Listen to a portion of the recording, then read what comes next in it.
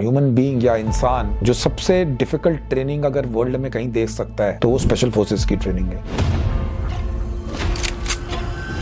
3 किताबें दी जाएंगी जो आपको 3 घंटे के अंदर पढ़ के उसके ऊपर पूरा बुक रिव्यू लिखना है।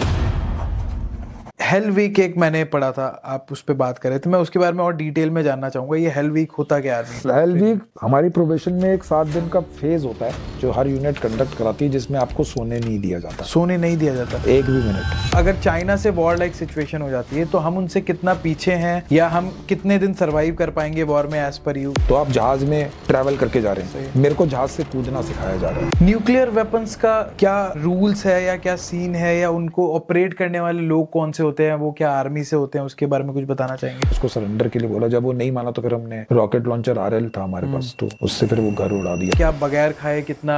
ऑब्वियसली वो सर्वाइवल ट्रेनिंग होती है, उसके बारे में थोड़ा बताइए। सर्वाइवल ट्रेनिंग बेसिकली कुत्ता मार के खा लो, सांप मार के खा लो, वो ट्रेनिंग के लिए।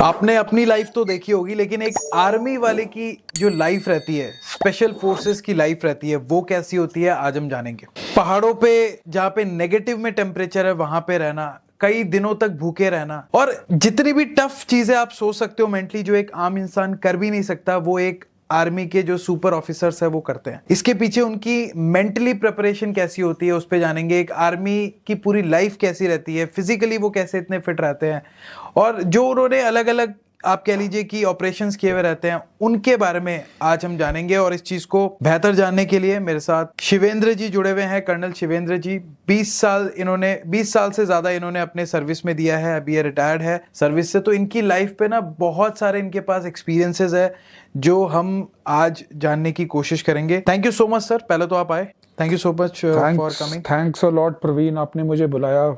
आपका शो प्रवीण दिल्ली वाला वीकली पॉडकास्ट, मैं चाहता हूँ भगवान करे वो दुनिया का सबसे बेस्ट पॉडकास्ट बने। And thanks for inviting me over. This is my first time in Ghaziabad, तो it will be a pleasure I think so to talk to you and share my experiences. मुझे लगता है कि गाजियाबाद वाले लोग बड़े हैप्पी रहेंगे। हाँ जी, बताइए। बताएं।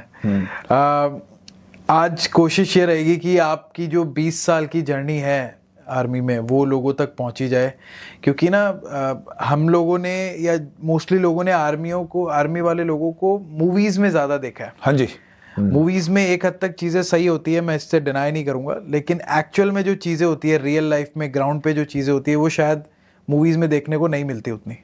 तो आज चाहेंगे वो एक्सपीरियंस आप लोगों के साथ शेयर करें, जो आपने कॉम्बैट अगर कोई लड़ी हो, हाँ जी, कैसी सिचुएशंस में आप रहे हो। मैं स्टेप बाय स्टेप शुरू करता हूँ। सबसे पहले तो मैं जानना चाहूंगा कि आपने आर्मी में आने का डिसीजन क्यों लिया, और आपका फैमिली बैकग्राउंड क्या है, अगर आप अपने बारे में कुछ बताना चाहे लोगों को। आर्मी ज्वाइन करने का मेरे पास जो मेरी चॉइस थी वो बेसिकली मेरे जो 4 फादर्स हैं, मेरे जो ग्रैंडफादर, ग्रेट ग्रैंडफादर हैं, वो सारे आर्मी से थे। अच्छा। तो जो ग्रैंडफादर वगैरह थे और ग्रेट ग्रैंडफादर थे वो ब्रिटिश आर्मी में थे। ठीक है। और मेरे फादर इंडियन आर्मी में ऑफिसर थे। सो जिसको कहते हैं कि जो बिजनेस है लड़ाई का, वो मेरी रगों में ही दौड़ता था। बट मेरा स्पेसिफिक जो कारण था, जो मैं बहुत जगह बता भी चुका हूं, कि मुझे इंटेंस कॉम्बैट देखना था, एक्शन देखना था। मैं कभी भी नॉर्मल टाइप का आदमी नहीं था शुरू से। मुझे बचपन कैसा था आपका? मैं बहुत आउटडोर टाइप का अच्छा था। मैं स्पोर्ट्स में था। मैं actually first preference I wanted to become a cricketer. अच्छा। बट वो मेरी मेहनत कम रही होगी या टाइम नहीं था, जैसे भी आप बोल सकते हैं। Maybe I started late, तो मैं बन नहीं पाया। अदरवाइज मैं बिल्कुल स्पोर्ट्समैन, पढ़ाई में मैं एवरेज था। ठीक है। एंड स्पोर्ट्समैन और गेम, स्पोर्ट्स, आउटडोर्स रहना मुझे बहुत अच्छा लगता था। सो आई न्यू कि मुझे जब क्रिकेटर बनने का मेरा सपना पूरा नहीं हुआ, तो मेरे को मालूम था कि मुझे इधर जाना है। लेकिन क्योंकि मेरे सारे लोग, सारे मेरे पूर्वज, मेरे फादर, मेरी सिस्टर्स भी आर्मी ऑफिसर्स को मैरिड हैं। अच्छा। सो मेरे को मालूम था कि इतने मेरे घर के अंदर नॉलेज थी कि मेरे को कॉम्बैट लड़ने के लिए मुझे मालूम था कि नॉर्मल आर्मी में मेरे को नहीं मिलेगा। नॉर्मल आर्मी में भी बढ़कर मुझे स्पेशल फोर्सेस ज्वाइन करनी पड़ेगी। अच्छा। सो जैसे मैंने आपको बताया मेरे को नॉर्मल लाइफ नहीं चाहिए थी, मुझे 9 to 5 जॉब नहीं चाहिए था, मुझे पहाड़ चढ़ने थे, घूमना था, वर्ल्ड देखना था, कॉम्बैट ऑपरेशंस करने थे और बेसिकली मुझे आउटडोर ज़्यादा रहना था। सो वो जब मैंने सब चीज़ों का स्टडी किया और जो मैंने पूछा लोगों से, तो मुझको पता लगा कि किसी करियर में ये चीज नहीं मिलेगी। नहीं, हाँ, जो आर्मी में मिलेगी, और आर्मी में भी स्पेसिफिक था। आर्मी में आपके पास देखिए नॉर्मल इन्फेंट्री है जो फुट सोल्जर्स हैं, उसके बाद टैंक हैं, आर्टिलरी की गन्स हैं, कम्युनिकेशन है, लॉजिस्टिक्स हैं। तो मुझे मालूम था कि मेरे को ये सब नहीं चाहिए। इन्फेंट्री में भी जो फुट सोल्जर्स में जो बेस्ट ऑफ द बेस्ट, जो लड़ाई में सबसे पहले जाते हैं और सबसे लास्ट बाहर आते हैं, कई बार आते हैं, कई बार नहीं भी आते, तो मुझे वो वाली चीज ज्वाइन करनी थी। तो ठीक है, बेसिकली मैंने फिर स्पेशल फोर्सेस के लिए वॉलंटियर किया। पहले अपना रिटन टेस्ट क्लियर किया कंबाइंड डिफेंस सर्विसेज का आफ्टर कॉलेज, और फिर सर्विसेज सिलेक्शन बोर्ड क्लियर करके मैंने एकेडमी से ही स्ट्रेट स्पेशल फोर्सेस के लिए वॉलंटियर कर दिया। बिकॉज आप स्पेशल फोर्सेस में तभी जा सकते हैं अगर आप वॉलंटियर हैं और आपको 3 महीने का प्रोबेशन क्लियर करना पड़ता है। अगर आप वो क्लियर करेंगे, अगर 100 लोग आते हैं तो उसमें 2 लोग भी सिलेक्ट होते हैं, 5 भी सिलेक्ट होते हैं, अगर कोर्स अच्छा है तो 20 भी हो सकते हैं। बट सिलेक्शन रेट और जो ह्यूमन बीइंग या इंसान जो सबसे डिफिकल्ट ट्रेनिंग अगर वर्ल्ड में कहीं देख सकता है तो वो स्पेशल फोर्सेस की ट्रेनिंग है। अच्छा। दिमागी के तौर पे भी और फिजिकली भी, बिकॉज उससे ज्यादा स्ट्रेस ह्यूमन बॉडी को किसी और ट्रेनिंग में पड़ता नहीं है। और इसीलिए सर हमने आपको बुलाया क्योंकि जो मेंटली ट्रेंड लोग हैं वो लाइफ में बहुत अच्छा करते हैं, ऐसी बहुत स्टडीज में पाया गया है। क्योंकि भले ही एक इंसान फिजिकली उसको इतने चैलेंजेस ना आए नॉर्मल लाइफ में, बट मेंटली चैलेंजेस रोज आते हैं। हाँ जी। और मैं चाहूंगा कि आप कुछ ऐसे टिप्स भी दे लोगों को लास्ट में कि वो मेंटली कैसे फिट हो सके और मेंटली कैसे आगे जा सके। कैसे जा सके, तो ये तो आपकी बात थी कि आपके खून में ही वो चीज थी। हाँ, कि आपके फादर्स फोर फादर्स सभी रहे हैं, तो आपने हमेशा से शायद ऐसी चीजें सुनी होंगी, स्टोरीज सुनी होंगी, तो उसने आपको और मोटिवेट किया इस फील्ड में आने के लिए।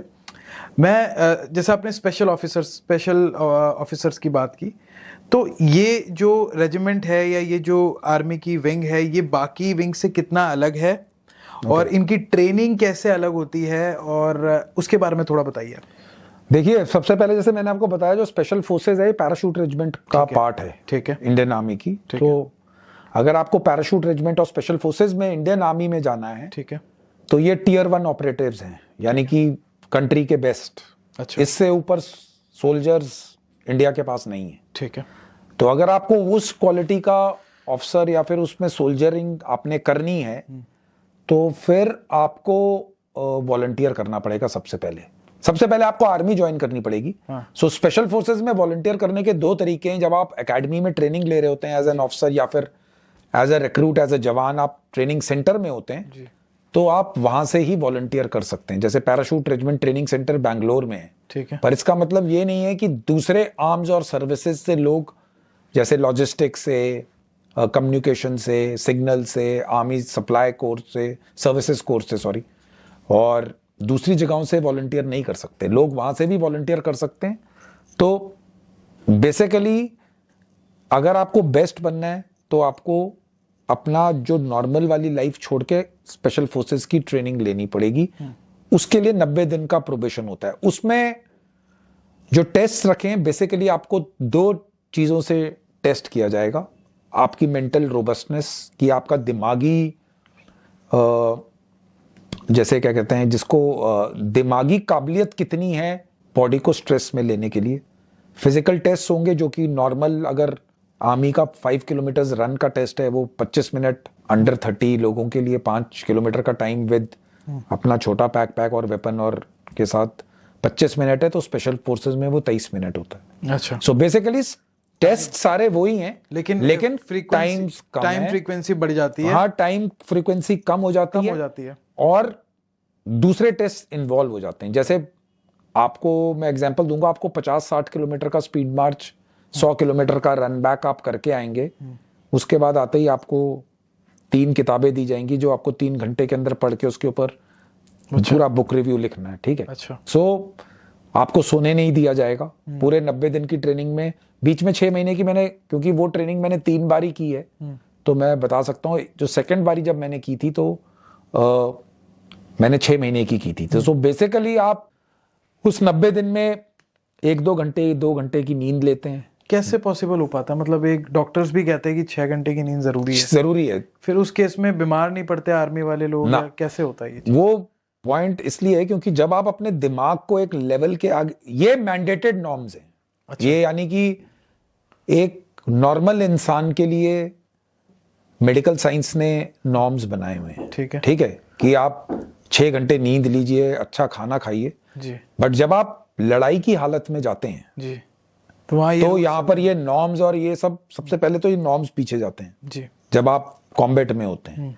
बिकॉज अगर आपको, मैं सिंपल एग्जांपल दूंगा, अगर आपको मिलिटेंट मारना है, जी ठीक है, तो आप ये मान के चलिए कि आपको टेररिस्ट को एलिमिनेट करना है, तो उसकी जब ट्रैकिंग, आप उसको ट्रैक कर रहे हैं, और ये बॉलीवुड की मैं बात नहीं कर रहा कि आप सीधा हेलीकॉप्टर में बैठे, टांगे बाहर उतारी और 3 मार के आगे। हाँ 3 मारने के लिए आपको 4 महीने भी लग सकते हैं, 5 महीने भी लग सकते हैं, हर रात भी जागना पड़ सकता है, पूरी पूरी रात चलना पड़ सकता है, बर्फ के अंदर बैठना पड़ेगा, बारिश के अंदर बैठना पड़ेगा। सो जब आप इन सब चीजों की ट्रेनिंग के लिए तैयारी करते हैं, तो जो जिसमें बॉडी ऑप्टिमम लेवल पे काम करती है, अगर आपने खूब मेहनत की बॉडी पे, आपने उसको अच्छा खाना दिया और उसको 8-10 घंटे की नींद दी, तो वो बॉडी बनती है। सही है। लेकिन स्पेशल फोर्सेस में ऐसा कोई चक्कर नहीं है कि आपको बॉडी बनाने का, तो आपको बॉडी बिल्डर टाइप लोग नजर ही नहीं आएंगे, किसी की आंख अंदर घुसी होगी, क्योंकि बॉडी उस 3 महीने में इतने स्ट्रेस पे चली जाती है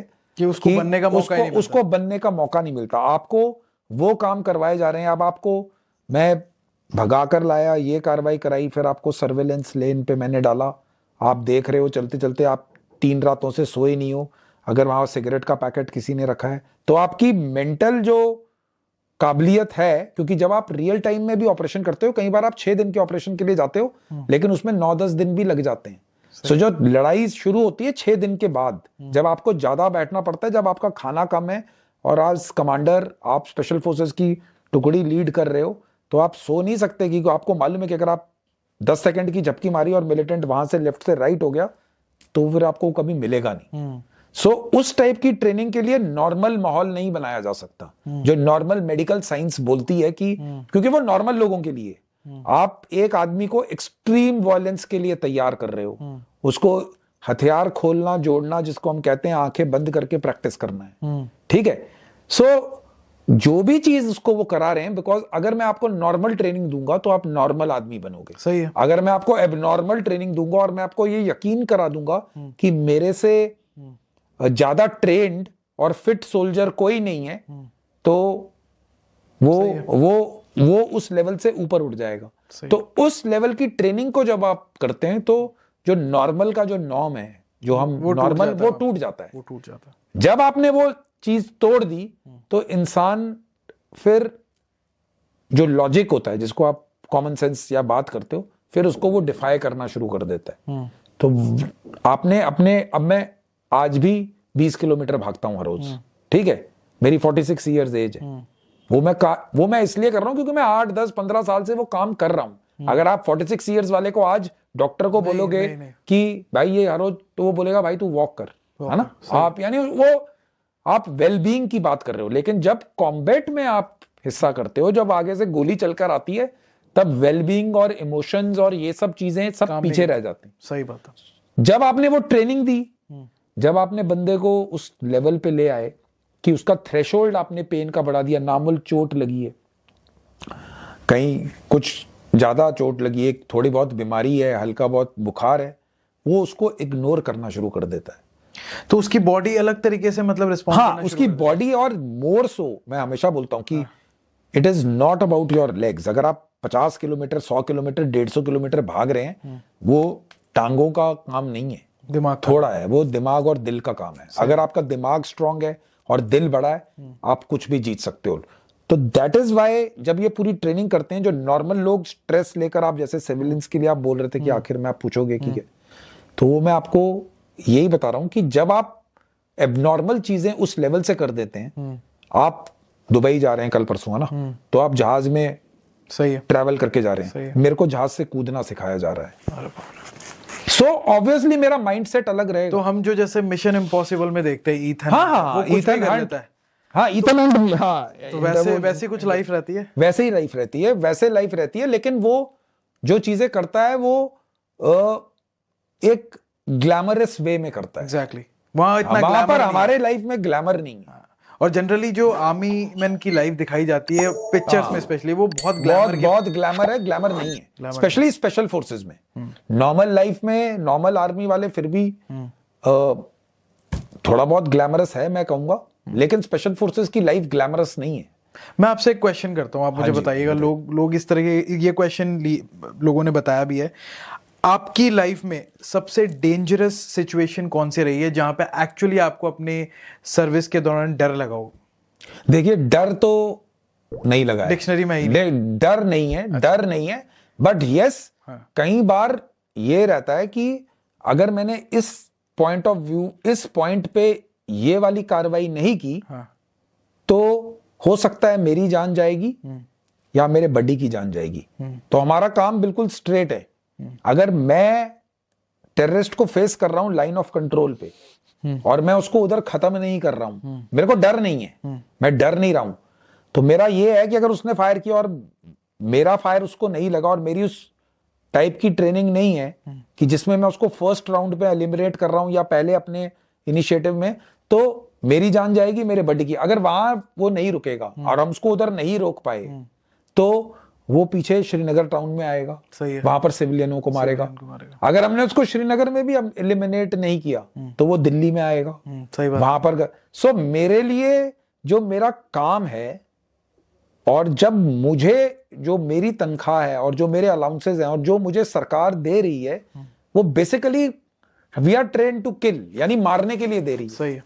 तो मेरे दिमाग में डर तो मेरे ख्याल से नहीं आता। लेकिन कभी ऐसी सिचुएशन आई है जहां आपको लगा है कि ये नॉर्मल सिचुएशन जैसी नहीं है जैसा आप यूजुअली फेस करते थे, ऐसा कुछ हुआ हो? नहीं, नॉर्मल सिचुएशन आप बता रहे थे कि आपको एक जैसे ग्रेनेड के आपको उस समय कंडीशन हुई, वो बताइए। नहीं, वो अब हम वो किस्सा कुछ ऐसा है कि हम लोग 3-4 महीने से कुछ साउथ कश्मीर और पीर पंजाल रेंजेस में हम लोग 3 टेररिस्ट का ग्रुप ट्रैक कर रहे थे। ठीक है। सो जिस दिन हमें खबर आई तो उस दिन हम ज्यादा अगर हम मूवमेंट करके जाते तो हो सकता है कि हमारी सरप्राइज गांव में पता लग जाए, टेररिस्ट निकल जाएं। तो हम कुछ बंदों के साथ गए और हमने, दिन का टाइम था तो हमने जल्दी जाकर उस घर को, जहां की जिस घर की खबर थी वहां पर उसका छोटा सा इनर कॉर्डन लगाया और हम उसको सर्च कर रहे थे। तो जब हम सर्च कर रहे थे, वो बेसिकली ढोक था, जो समर सेटलमेंट्स होती हैं, बड़े घर नीचे गांव में रहते हैं, ढोक में सिविलियंस अपने पशु के साथ ऊपर चढ़ जाते हैं। तो वो बेसिकली एक छोटा घर था, इसका फर्स्ट फ्लोर था, बीच में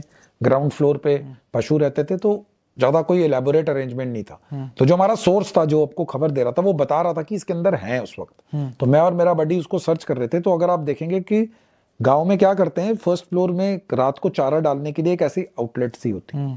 तो जब हमने सारी दीवारें सब अपने राइफल के बट से मारकर देख ली, कहीं हमें मिल नहीं रहा है, लेकिन खबर पक्की है, तो मैंने उस वाले एरिया को देखा, उसके नीचे बोरियां पड़ी हुई थी। अच्छा। तो मैंने अपने बैरल से, जो राइफल का बैरल होता है, उससे ऐसे करके उसको देखा कि ये क्लियर है कि नहीं। मुझे लगा कि क्लियर होगा। तो मैं जैसे ही उसको देखकर हल्का सा पीछे मुड़ा, ऐसे लगा कि मेरे पीछे ना कोई खड़ा हुआ है। तो आप तो मेरे से बहुत दूर हो, आपसे भी मेरे से 1-1.5-2 मीटर पे ही, तो टेररिस्ट हथियार के साथ मेरे साथ था और उसने पूरी 30 राउंड्स मेरे ऊपर, जो एक के अंदर एक मैगजीन में 30 राउंड्स आते हैं, हाँ। उसने पूरी बर्स्ट फायर कर दिया। क्योंकि मैं थोड़े से एंगल में था, मैंने भी अपने वेपन से फायर किया, लेकिन मेरी गोलियां जनरली छत की तरफ गई होंगी।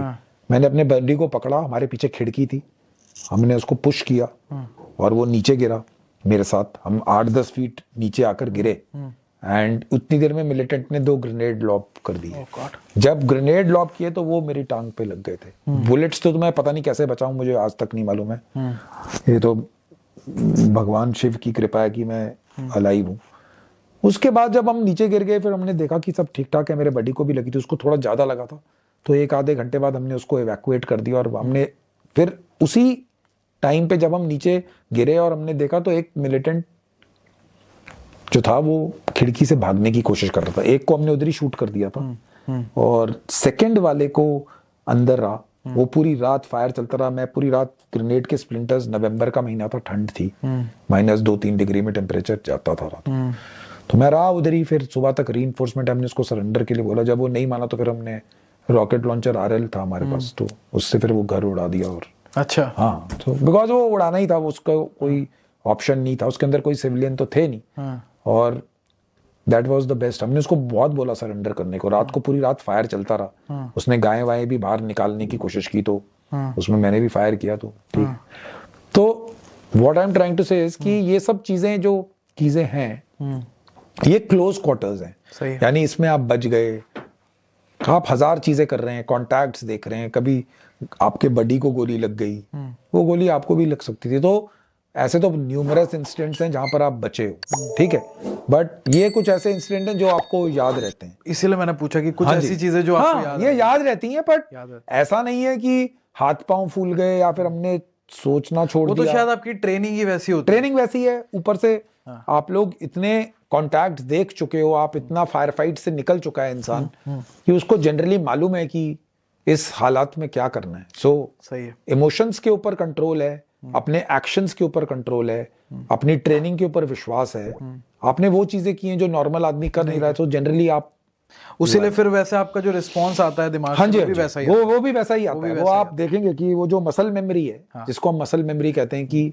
अगर मेरा अंदर रूम इंटरवेंशन में मैं अंदर घुस रहा हूँ घर को सर्च करने के लिए, अगर बाय चांस मेरे प्राइमरी वेपन पे किसी टाइप की स्टॉपेज या ब्लॉकेज आ जाता है, तो वो अपने आप ही मैं उसको साइड में करूंगा और यहाँ से पिस्टल निकाल कर उसको फायर। सोचने की भी जरूरत नहीं है, हमारे को सोचने की, उस ड्रिल को प्रैक्टिस करने के लिए हम अपने ट्रेनिंग में उस चीज को 10,000 बारी प्रैक्टिस कर चुके होता है। तो हमारे यानी कि आप जिस चीज को आप 10,000 बारी प्रैक्टिस करोगे, आप फिर आपको उसको सोचने वो आपको रात के आप 2 बजे भी उठोगे तो आपका हाथ उधर ही जाएगा आपका। आपने मसल मेमोरी क्रिएट कर दी है। यस, जब फायर शुरू होता है, हर फायर खुलने का तरीका, हर कॉम्बैट का सीन, हर लोकेशन, कई बार आप पहाड़ों में लड़ रहे हो, कई बार आप प्लेन्स में लड़ रहे हो, कई बार आप बिल्कुल चिपके हुए घरों में लड़ रहे हो, कई बार आप बर्फ में लड़ रहे हो, कई बार आप वो सब थोड़ी चीजें चेंज होती हैं, लेकिन आपके अपने हथियार के प्रति विश्वास, अपने वेपन, अपने इक्विपमेंट, अपने ट्रेनिंग के प्रति जो विश्वास है, वो आपने प्रैक्टिस किया हुआ है। जनरली आपको उतनी प्रॉब्लम नहीं आती कि लोग सोचें कि अचानक ही कुछ हो जाता है। सही है। अगर आपको उस लेवल की आपने ट्रेनिंग की है और आप अपने आप को इस देश का नंबर 1 वॉरियर मान रहे हैं, यानी पैरा SF बेस्ट है, एयरफोर्स में गरुड़ है, नेवी में मार्कोस है, लेकिन जब कॉम्बैट की बात आती है, अगर आप हार्डन्ड कॉम्बैट की बात करते हैं, तो आर्मी की पैरा SF से ऊपर कोई नहीं है, बिकॉज सारे ऑपरेशंस ही J&K नॉर्थ ईस्ट में लैंड बेस्ड ऑपरेशंस है। तो आपने जितने ऑपरेशंस किए मोस्टली कौन से एरियाज में किए अपने? मैं हमेशा कश्मीर में रहा हूँ, मेरा टोटल कश्मीर रहा है, मैं कभी नॉर्थ ईस्ट में यानी असम, मणिपुर उस टाइप में कभी गया नहीं। मेरा सारा एक्सपोजर जो है, अच्छा, वो पूरा यानी कि मेरे 20 साल में से लगभग 12-13 साल J&K में। तो ये कैसे डिसाइड होता है? क्या गवर्नमेंट डिसाइड करती है या इसमें आपका भी चॉइस होती है कि एक मिलिट्री ऑफिसर ये कहाँ रहेगा या कहाँ? देखिए, गवर्नमेंट डिसाइड करती है, गवर्नमेंट आपको पीस पोस्टिंग्स देती है, लेकिन जिस फोर्स में आप हो उसके लिए पीस नाम की चीज नहीं है, क्योंकि आपने वॉलंटियर किया है। अब आप सोचिए कि आप किसी पीस स्टेशन में रहे हैं, लेकिन आपका जो रक्सैक है, जो आपका सामान है, जो आपका हथियार है, वो आपके साथ हमेशा तैयार रहता है। शॉर्ट नोटिस पे आपको कहीं कुछ हो गया, चाइना ने कुछ कर दिया तो आपको उधर डाल देंगे, पाकिस्तान ने कुछ कर दिया तो आपको उधर रख देंगे। कहने के लिए वो पीस है, लेकिन वो पीस नहीं है। नॉर्मल आर्मी जो करती है, अगर 2 साल 10-12 हजार फीट की हाइट से लड़कर आई है, तो उसको फिर 3 साल का कहीं पीस स्टेशन मिलेगा। स्पेशल फोर्सेस में ऐसा कोई पीस स्टेशन नहीं है। आपने उस चीज के लिए वॉलंटियर किया है, आपको उस चीज का अलाउंस मिल रहा है, आप उस चीज के लिए करने के लिए तैयार हो, तो generally for special forces there is no. तो आपको ऐसा नहीं आपको क्या ऐसा लगता है कि क्योंकि J&K की जो सिचुएशन है लास्ट 25-30 सालों में बहुत अनस्टेबल रही है, बिकॉज वहाँ पे मिलिटेंट का बहुत राइज हुआ है और बहुत सारी वॉर्स भी उस तरफ लड़ी गई है, तो इस वजह से ज़्यादातर जो इस तरह के जो आर्मी रेजिमेंट्स है उनको वहाँ पे पोस्टिंग दी जाती है? क्या ये भी रीज़न है, क्योंकि सिचुएशन कभी भी अनस्टेबल हो सकती है? देखिए, 1989 में कश्मीर की मिलिटेंसी शुरू हो गई थी, मैं कहूँगा कि आजकल लेवल बहुत कम है, बिकॉज आर्मी सिक्योरिटी फोर्सेस का जो मैट्रिक्स है, state police, central armed police forces, बहुत ज्यादा जो 90 से 2003, 4, 5 का दशक था, उसमें बहुत मिलिटेंसी थी। जब हम और उस समय आप उधर ही थे? हाँ, उस समय मैं 90 में नहीं था, मैं वहां पर 2002 में पहुंच गया था। अच्छा, तो आपने वो पीक सीजन देखा? पीक सीजन मैंने देखा है। सो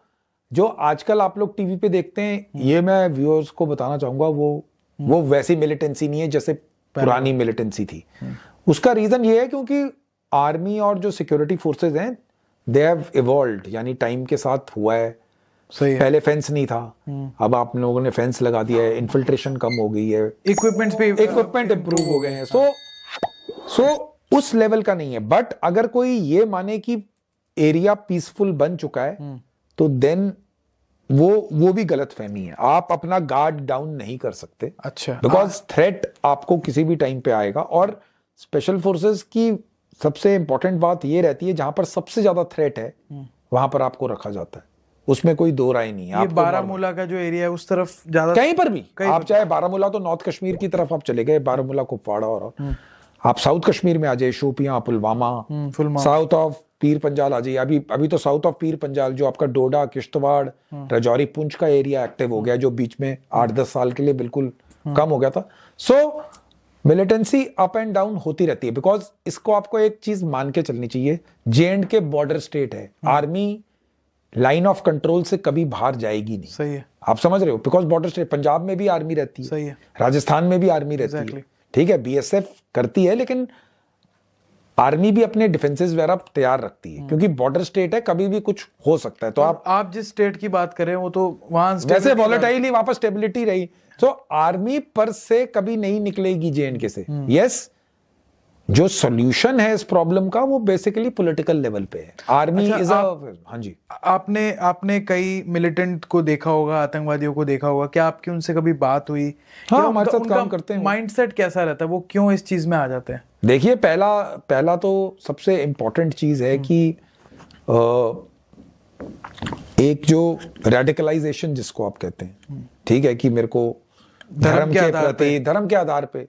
दूसरा मोटिव इज मनी, यानी पैसा है, आपके पास किसी टाइप की पावर है, because power flows from the barrel of the gun type वाला सिस्टम है। बट द पॉइंट इज कि ऐसा माइंडसेट की कुछ अलग, बेसिकली इंडोक्ट्रिनेटेड लोग हैं। मतलब कहीं ऐसा तो नहीं है कि वो उनके पास जॉब्स नहीं है, अपॉर्चुनिटी नहीं है, तो उनको पैसे दे के करवाया जाए? वो भी एक या वो फिर धर्म के नाम पे रेडिकलाइज ही कराया? नहीं, धर्म के नाम पे भी रेडिकलाइजेशन है, बट पूरा धर्म के नाम पे भी नहीं है। पीपल ज्वाइन बिकॉज पैसा भी मिलता है, और इन सब चीजों के लिए भी लोग ज्वाइन करते हैं। धर्म भी है, धर्म भी बहुत बड़ा फैक्टर है, बट मिक्सचर है कि बहुत सारे एलिमेंट्स का जब एक टेररिस्ट बनता है, तो उसके माइंडसेट, कोई बोलेगा किसी का भाई को सिक्योरिटी फोर्सेस ने मार दिया, वो मिलिटेंट था, ठीक है, तो उसने रिवेंज के लिए ज्वाइन कर दिया। कोई बोलेगा पैसा है, कोई बोलेगा कुछ है, कोई है धर्म के लिए बोलेगा कि मेरे को जिहाद लड़ना है।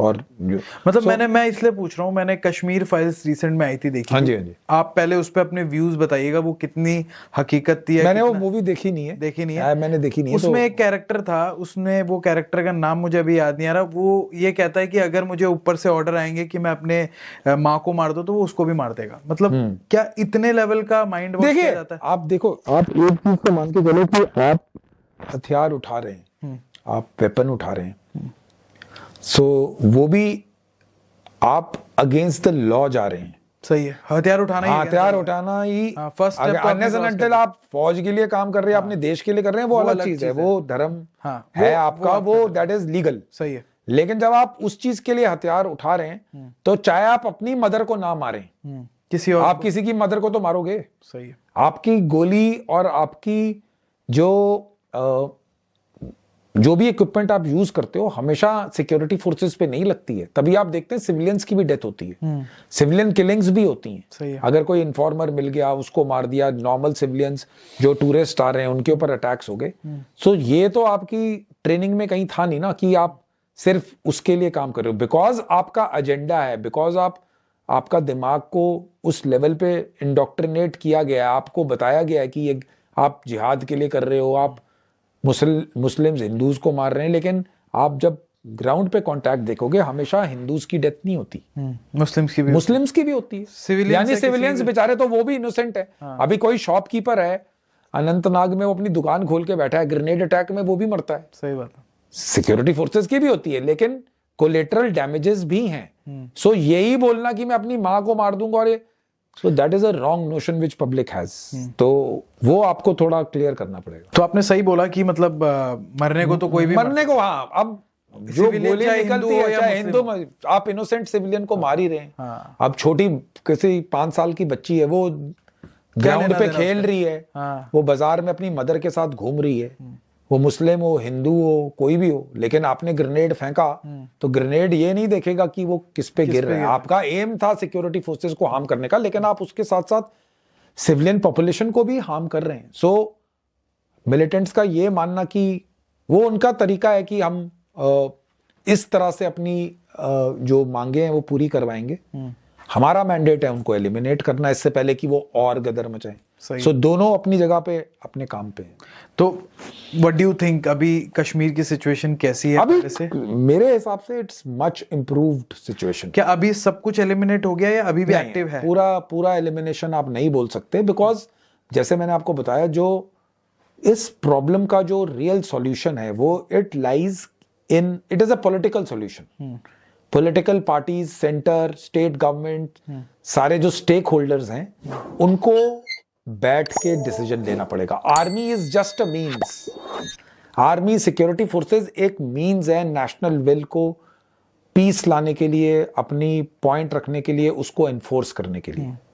ठीक है, अगर ये मिलिटेंसी आप दिल्ली में ले आएंगे तो यहां पर भी सेंट्रल गवर्नमेंट बोलेगी कि आप यानी army will be employed. Army चाहे दिल्ली हो चाहे कश्मीर हो, उनके लिए आर्मी के लिए is orders, army follows orders. तो आर्मी की तरफ से कोई प्रॉब्लम नहीं है। द सिचुएशन जो मेरे को समझ में आती है, it has to be a political solution. तो क्या गवर्नमेंट इस चीज को रोकना नहीं चाहती है? बिकॉज आप जैसा बता रहे हैं कि अभी भी कई चीजें एक्टिव है, पूरी तरीके से एलिमिनेट नहीं हुआ। नहीं, हाँ, पूरी तरह से हमारे पास गवर्नमेंट के पास रिसोर्सेज की कमी नहीं है। हाँ जी। मतलब न्यूक्लियर वॉर तक, न्यूक्लियर हथियार तक भी उनके पास है। तो क्यों मिलिटेंट्स को पूरी तरीके से स्टॉप नहीं कर पा रही है इतने सालों से? 20 साल से भी ज्यादा हो गए हैं ये active है। लीडर 30-35 साल पे चल रही है मिलिटेंसी। प्रॉब्लम है कि देखिए, जो आप अगर वर्ल्ड में काउंटर इंसर्जेंसी के कैंपेन्स या फिर काउंटर टेररिस्ट ऑपरेशंस के कैंपेन्स देखेंगे, उसको खत्म करना बहुत मुश्किल है। तो resources की रीजन तो कमी नहीं है हमारे नहीं, पास। रिसोर्सेज की बात नहीं है। आप क्योंकि कुछ ग्रुप से, because local support is there. अच्छा, आप ब्लेटेंटली, इंडिया पाकिस्तान की लड़ाई नहीं है कि आमने सामने की है, फायर चल रहा है, आपने टैंक्स चला दिए, आपने रॉकेट्स मार दिए। आप ये सब नहीं कर सकते। जब हम ऑपरेशन में जाते हैं, सबसे पहला मैंडेट है कि सिविलियन को बचाना है। यानी अगर हमारे एक ऑपरेशन में मिलिटेंट मरे चाहे ना मरे, लेकिन अगर सिविलियन को बाय चांस गोली लग गई, होल ऑपरेशन यानी खराब हो जाता है। सो जब आप इतनी हदबंदियों में काम कर रहे हैं, कितनी बार ऐसा होता है आप मिलिटेंट देख लेते हैं लेकिन वो आसपास सिविलियनों से घिरा हुआ, आप उसको एंगेज ही नहीं करते, बिकॉज आपको मालूम है कि अगर आप एक मिलिटेंट के लिए 2 सिविलियन को चोट लग गई, डेथ तो दूर की बात है, तो वो ऑपरेशन में। सो सिक्योरिटी फोर्सेस एक बिल्कुल मैंडेट के साथ काम करती है। ये नहीं है कि इट इज बिल्कुल जंगल राज है, कोई किसी को मार रहा है, कोई ऐसा वो नहीं है। So that is why security forces के हाथ बंधे रहते हैं। सो दे विल एंगेज जब पॉजिटिव आइडेंटिफिकेशन होती है, हथियार दिखाई दिया, बहुत सारी चीजें होती हैं। ठीक है, सो ये जो सारे पॉइंट्स हैं, इसलिए कारण है। दूसरा लोकल सपोर्ट है। अभी आप मेरे को एक बात बताओ, हमारा कैंप है, हमारा कंपनी ऑपरेटिंग बेस है कश्मीर में कहीं पे, हमको सरकार खाना पीना दे रही है, सब कुछ दे रही है, हमारा खाना उधर से आ रहा है। मिलिटेंट कहां से खाना खा रहा है? हम तो नहीं उसको प्रोवाइड कर रहे। उसका भी कहीं ना कहीं उसको कोई सॉफ्ट सपोर्ट, कोई ओवरग्राउंड वर्कर उसको पैसे दे रहा है, उसको कहीं खाना पीना मिल रहा है, उसको कपड़े चाहिए, उसके जूते फट रहे हैं, वो जूते चाहिए। हाँ, क्योंकि जहां कुछ आप भी काम कर रहे हो वहां वो कर रहा है, तो वहां पर वो भी, चाहिए। उसको भी तो सपोर्ट कोई कर ही रहा है। हाँ, हाँ। जब लोकल सपोर्ट मिलती है तभी वो थ्राइव करता है। सही है। और गवर्नमेंट की हदबंदी ये है कि आप इसको ऑल आउट वॉर नहीं बता सकते कि ये किसी टाइप की 1971 की इंडिया पाकिस्तान की आमने सामने की लड़ाई है, बिकॉज सिविलियंस इन्वॉल्व है. सही है. You can not use all weapons. सही बात. क्या वेपन यूज करते हो आप? मैक्सिमम आरएल, रॉकेट लॉन्चर, आपका पर्सनल हथियार, assault rifle. You don't attack हेप्टर्स और ये सब ड्रोन फीड से आप सर्वेलेंस करते हो, बट कोई ड्रोन से आप आर्म ड्रोन से फायर वायर J&K में कहाँ होता है? सो जब इतनी सारी चीजें आ जाती हैं तो ऑब्वियसली वो कुछ ना कुछ रिस्ट्रिक्शन हो जाता है आपके लिए. हाँ जी, हाँ जी. कि आप वो चीजें नहीं कर सकते. और आप ब्लेटेंटली सिविलियंस नहीं मार सकते. वर्ल्ड है, वर्ल्ड ओपिनियन है, 1000 चीजों को आपको देखना पड़ता है. दैट इज व्हाई मिलिटेंसी 30 साल से धीरे धीरे चलती है. और मुझे लगता ऊपर नीचे हो सकती है लेवल्स, जो कि बहुत ज्यादा हुए हैं. That is what it is. तो मतलब इसका अगर सोल्यूशन है तो ये पॉलिटिकल सोल्यूशन ज्यादा है रादर देन कि आर्मी लेवल पे. अगर वो वहां पे चीजें सही नहीं करेंगे तो ग्राउंड पे कभी चीजें सही नहीं होंगी. और आर्मी, मैंने जैसे आपको बताया, आर्मी एक मीन्स है एक एंड अचीव करने का. सही. आपकी नेशनल पावर को प्रोजेक्ट करने का, वर्ल्ड में बताने का. बिकॉज अगर आप अपने बॉर्डर्स डिफेंड नहीं करेंगे तो आप जितनी इकोनॉमिक स्टेबिलिटी ले लो, अगर कोई अंदर ही घुस आया तो फिर आप उसको रोकोगे कैसे? सही है. So army is just a major, एक मीन्स है जो कि गवर्नमेंट करती है. कई जगह वो बातचीत से हल करती है, कई जगह आर्मी लगती है. सो वो पूरा वो मिक्स है दोनों. हाँ जी, हाँ जी. अच्छा, एक क्वेश्चन और आता है जब भी हम आर्मी की बात करते हैं. हमने 2011 में ओबामा आए टीवी पे, उन्होंने कहा कि हमने अमेरिकन नेवी सील्स ने ओसामा बिन लादेन को जाके मारा वहां पे. हाँ जी. और हम ये देख रहे हैं कि दाऊद इब्राहिम कितने सालों से बाहर है. टीवी पे डिबेट्स बहुत होती है कि जब अमेरिका ऐसी चीजें कर सकता है तो हमारे सोल्जर्स क्यों नहीं कर सकते. आप मुझे बताइए ये पॉसिबल क्यों नहीं हो पा रहा है. हमने आप समझ लीजिए कि पाकिस्तान में अभी कुछ समय पहले हम घुसे भी वहां पे, हमने अटैक भी किया, लेकिन उस लेवल की चीजें क्यों नहीं हो पाती, या इसमें कुछ पॉलिटिकल मीन्स है? आपको क्या लगता है? बेसिकली अगर आपको पीओके में जाकर कोई कैंप में रेड करना है या कुछ कार्रवाई करनी है, आपको पॉलिटिकल विल चाहिए, आपको क्लियरेंसेस चाहिए, आपको आपकी पॉलिटिकली जो आपका काम करने का तरीका है, आप वैसे ही अपनी पावर प्रोजेक्ट कर. आर्मी का कोई प्रॉब्लम नहीं है इसमें. मैंने जैसे पहले बोला था, आर्मी को तो अपने टास्क देना है. आप उसको मींस दोगे, ये वो अपना टास्क प्लान करेगी, वो काम करके आएगी. बट अंदर घुसना है, कितना मारना है, ये सब चीजें गवर्नमेंट डिसाइड करती है. गवर्नमेंट हायरार्की है. बहुत सारे लोग हैं, ओहदेदार, जो बड़े रैंकिंग ऑफिशियल्स हैं, वो लोग डिसाइड करते हैं कि क्या कार्रवाई करनी है, मतलब कि नहीं करनी. In terms of strength army में कोई दिक्कत नहीं है. जो अमेरिकन आर्मी कर सकती है वो हम भी कर सकते हैं. वो हम भी कर सकते हैं. आपको ऑब्वियसली इक्विपमेंट प्रोफाइलिंग, बिकॉज आप अमेरिका का माइंडसेट देखिए. अमेरिका के अंदर कोई लड़ाई नहीं लग रहा है. सही है. कोई मिलिटेंसी नहीं है अमेरिका के अंदर. हम अपनी कंट्री में मिलिटेंसी फाइट कर रहे हैं, चाहे वो नॉर्थ ईस्ट है, मणिपुर है, कहीं पर है, या J&K है, वो हमारे अंदर है. वो लोग अपनी जगह से उठकर 10-10 हजार मील दूर जाकर वो लड़ाई लड़ रहे हैं. अफगानिस्तान में, वो सीरिया में भी है, वो उसके बाद इराक में भी है, उसके बाद वो जहां पर भी तो उन लोगों का माइंडसेट वैसा है, उनकी इक्विपमेंट प्रोफाइलिंग वैसे है. उनको उस टाइप की लड़ाई लड़ने के लिए इक्विपमेंट प्रोफाइल की जरूरत है. अगर वो उस टाइप के इक्विपमेंट नहीं रखेंगे, उस टाइप की मेंटालिटी नहीं रखेंगे, उस टाइप की एग्रेशन नहीं रखेंगे, तो वो अमेरिकन. सो डिफरेंस ट्रेनिंग में नहीं है, डिफरेंट है एक्सपोजर में, और कौन किस कंट्री अपनी पावर प्रोजेक्शन के लिए कहां तक जाना चाहती है. तो America definitely in terms of economy दुनिया का सबसे नंबर 1 कंट्री है. उनको शायद उस चीज का भी एडवांटेज मिलता है. एब्सोल्युटली. आपको जब इकोनॉमिकली आप स्ट्रांग हो, तो आप मिलिटरीली भी तो स्ट्रांग बनोगे. तो आपका डिफेंस बजट ज्यादा होगा, आपकी इक्विपमेंट प्रोफाइलिंग अच्छी होगी, आप बेस्ट ऑफ द इक्विपमेंट अपने ट्रूप्स को दोगे, बिकॉज आपको काम वैसा करना पड़ रहा है. सही है. आपकी जो नेशन की इमेज है वो उस चीजों पे रिफ्लेक्ट करती है. सो वो आपकी आर्मी में भी आती है. Exactly. अगर आप बोलोगे कि ट्रेनिंग में वो हमसे ज्यादा हैं, या भागने में तेज है, या इसमें, ऐसा कुछ नहीं है. सारी स्पेशल फोर्सेस 19-20 लेवल पे फर्क आता है कि किस हिसाब से आप स्पेशल फोर्सेस को यूज करते हो और किस प्रकार से उनको वो इक्विपमेंट और वेयर विदॉल वाला सामान देते हो ताकि वो अपना टास्क कर सके. तो जैसे अगर हम बात करें, अमेरिका की बात चल रही है, इंडियन आर्मी, अमेरिकन आर्मी और रशिया और चाइना को भी हम इंक्लूड करते हैं, टॉप की कंट्रीज है आर्मी वाइज स्ट्रेंथ में. तो आपको क्या लगता है हमारी कंट्री उनसे कितना पीछे है, और अगर लेट्स से कभी कोई वॉर लाइक सिचुएशन हो जाती है इन कंट्रीज से, मैं पाकिस्तान को नहीं लूंगा क्योंकि वो कंट्री पिछड़ी हुई है, वो तो चलो परेशान, थ्रेट नहीं है, वो इतना बड़ा थ्रेट नहीं है। हमारे लिए थ्रेट है चाइना, और हमारे लिए थ्रेट अमेरिका थ्रेट नहीं है, वो हमारा अलाय है। अमेरिका और रशिया हमारे लिए थ्रेट नहीं है, चाइना हमारे लिए थ्रेट है। चाइना हमारे लिए थ्रेट है। तो अगर चाइना से वॉर लाइक सिचुएशन हो जाती है तो हम उनसे कितना पीछे हैं, या हम कितने दिन सरवाइव कर पाएंगे वॉर में, एज पर यू क्या रहेगा? ऐसा सरवाइव करना और वो बताना तो वो एक पूरा लॉजिस्टिक्स का आपको वो देखना पड़ेगा। बट मैं आपको ये बता दूंगा कि हम कम नहीं है। आप देखिए यूक्रेन एक छोटी सी कंट्री है जी, विद नेटो सपोर्ट, आज 3 साल जिसको रशिया 10-15 दिन में खत्म कर रहा था। इंडिया बहुत बड़ी कंट्री है, इंडिया की आर्मी 3rd-4th लार्जेस्ट पे चल रही है, सही है। ठीक है, इक्विपमेंट प्रोफाइलिंग है, देश बड़ा है। अचानक किसी को उठ के, अभी तक आप अगर इस बात को, चाइना की बहुत ग्रेट नेशन है, ताइवान को आज तक कुछ भी नहीं कर पाया। ताइवान तो छोटा सा ही नेशन है, अमेरिकन सपोर्ट है।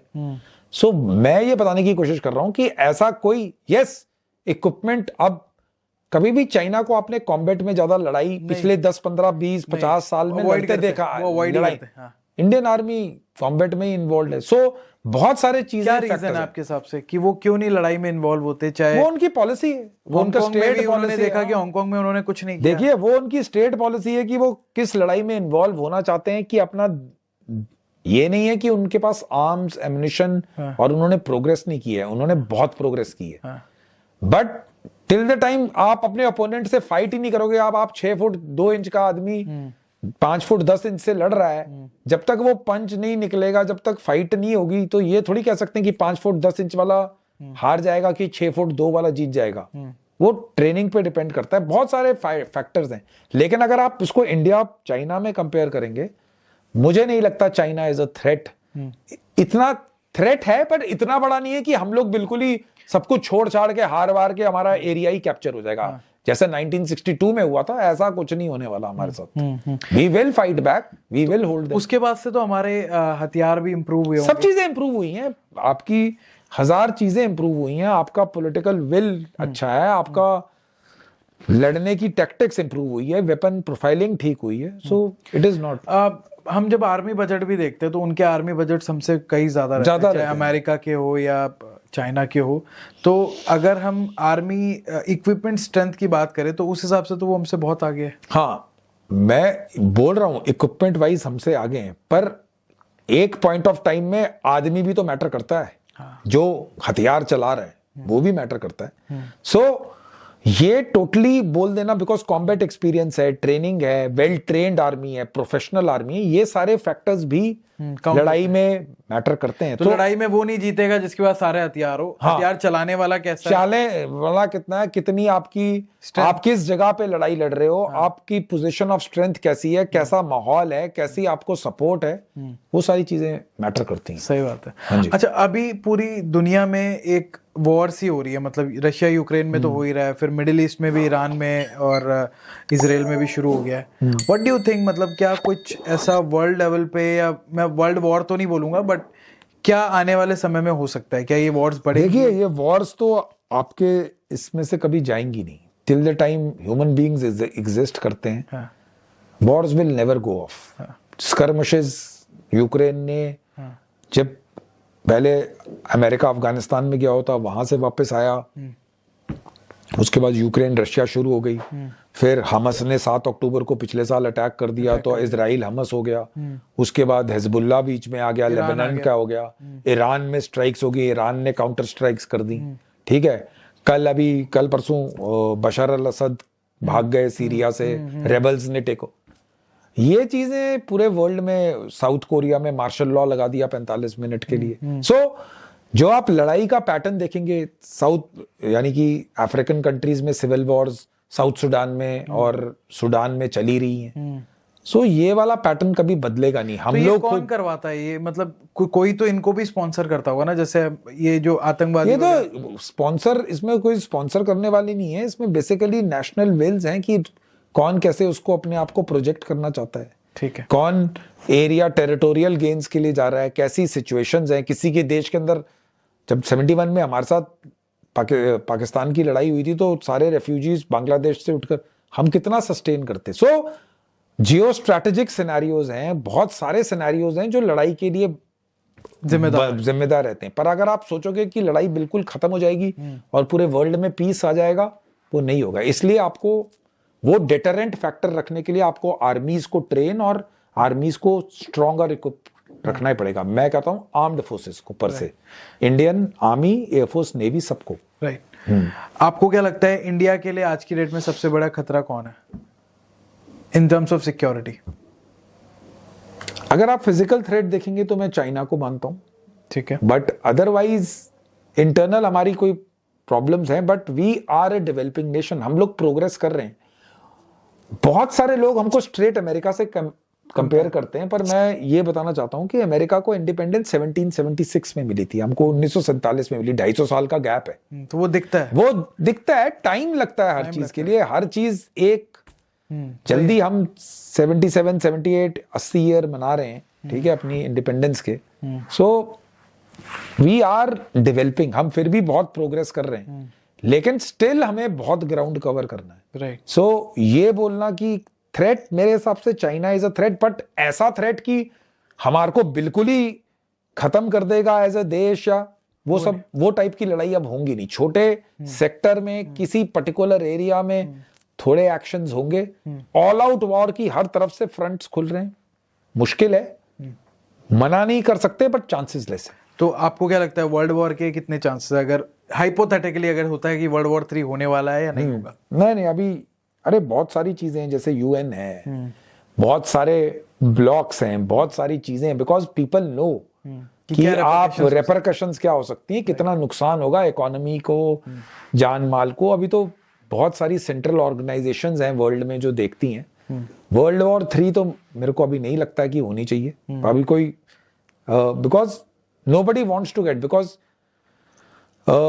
न्यूक्लियर थ्रेशोल्ड है, आप लोग न्यूक्लियर वेपन्स का इस्तेमाल कर सकते हैं। सो न्यूक्लियर वेपन्स का क्या रूल्स है या क्या सीन है, या उनको ऑपरेट करने वाले लोग कौन से होते हैं, वो क्या आर्मी से होते हैं, उसके बारे में कुछ बताना चाहेंगे?